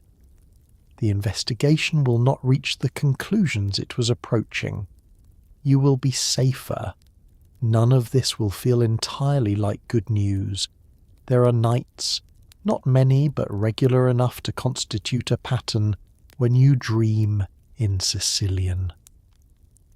Not in the American-inflected dialect you speak every day, the version that has absorbed English vocabulary and New York rhythm over 11 years of immersion, but in the pure original, the language of your childhood, of your mother's kitchen, of the specific quality of afternoon light on a certain hillside above the village, whose name you do not say aloud in this city because saying it makes it real, and making it real makes the distance between then and now into something you would have to feel directly rather than manage from a careful remove. You're very good at managing things from a careful remove. It is, in many ways, your primary professional skill. You left Sicily in 1899. You were 22 years old, which means you have now spent more of your life in New York than in the place you came from. A fact that settled into you quietly, without drama, approximately 3 years ago, like a stone dropping to the bottom of still water. You are, at this point, more American than Sicilian in almost every practical measure. Your children are American entirely, born in this city, shaped by its specific noise and speed and possibility, in ways that the village of your childhood would find incomprehensible. The life you have built here could not have been built anywhere else. It is embedded in the specific geography and politics and social texture of this city too deeply to be moved. And yet Sicily is not a place you left. It is a place that lives inside the place you became, the way a river lives in the landscape it has carved, invisible at the surface but present in every contour. The food your wife makes is Sicilian food, adjusted for Manhattan ingredients but unchanged in its logic, its patience, its fundamental understanding of what a meal is supposed to do for the people eating it. The social codes you operate by are Sicilian codes, brought over intact and applied to an American context with surprisingly little modification, because the underlying human questions they address, how obligation works, what respect means, where loyalty ends and self-preservation begins, are not geographically specific. They translate. The dialect is Sicilian. The faith is the Sicilian variant of a universal faith. Even the organization you lead traces its structural roots to systems that existed in Western Sicily before your grandfather was born. The crossing itself you do not discuss. 19 days on a vessel carrying significantly more people than it was designed for, in conditions that your body remembers with a fidelity that your conscious mind tries not to encourage. You arrived at Ellis Island in April, which was fortunate. April in New York is the version of the city most likely to persuade someone who has just survived 19 days in steerage that the decision they made was correct. You had a cousin already here. You had a name and an address written on a piece of paper folded into the lining of your coat. You had the specific compressed determination of a young man who has decided, with a clarity that surprised even him, that the life available in the place he came from was not the life he was going to have. You will not go back. This conclusion accumulated gradually over years of not going back until it became something permanent and unexamined. There are people in that village who knew you before you became what you are. There is a grave where your father is buried. There is a view of the sea from a hillside that appears sometimes in dreams with a vividness that the waking world rarely matches. None of this is sufficient. The man you were in that village does not exist anymore. The man you are now would not fit there. The distance between the two is not geographic. You pour a small glass of the Sicilian wine, which tastes faintly and unmistakably of the specific soil of a hillside you will never see again. You drink it slowly, you set the glass down. The city goes on outside the window, indifferent and enormous and entirely yours, and Sicily remains where it has always been, present in everything, visible in nothing, as close and as permanently unreachable as the first language you ever spoke and the last one you dream in. And so the day ends. The curtains are pulled. The rosary is on the nightstand. The city outside the window is still going, because New York in 1910 never fully stops. Not for sleep, not for sentiment, not for anyone. But inside this room, in this building, in this neighborhood that knows your name in ways that no official record will ever confirm, the day has finally released its hold. What a day it was. You prayed, and you planned, and you ate extraordinarily well. You managed men who could probably kill you, navigated a political machine that runs on favors and selective memory, avoided a detective who was building a map of your soul, one careful observation at a time, and somehow made it home for dinner without anything catching fire. Literally or otherwise. That is, by any honest accounting, a successful day. But here is what is easy to miss.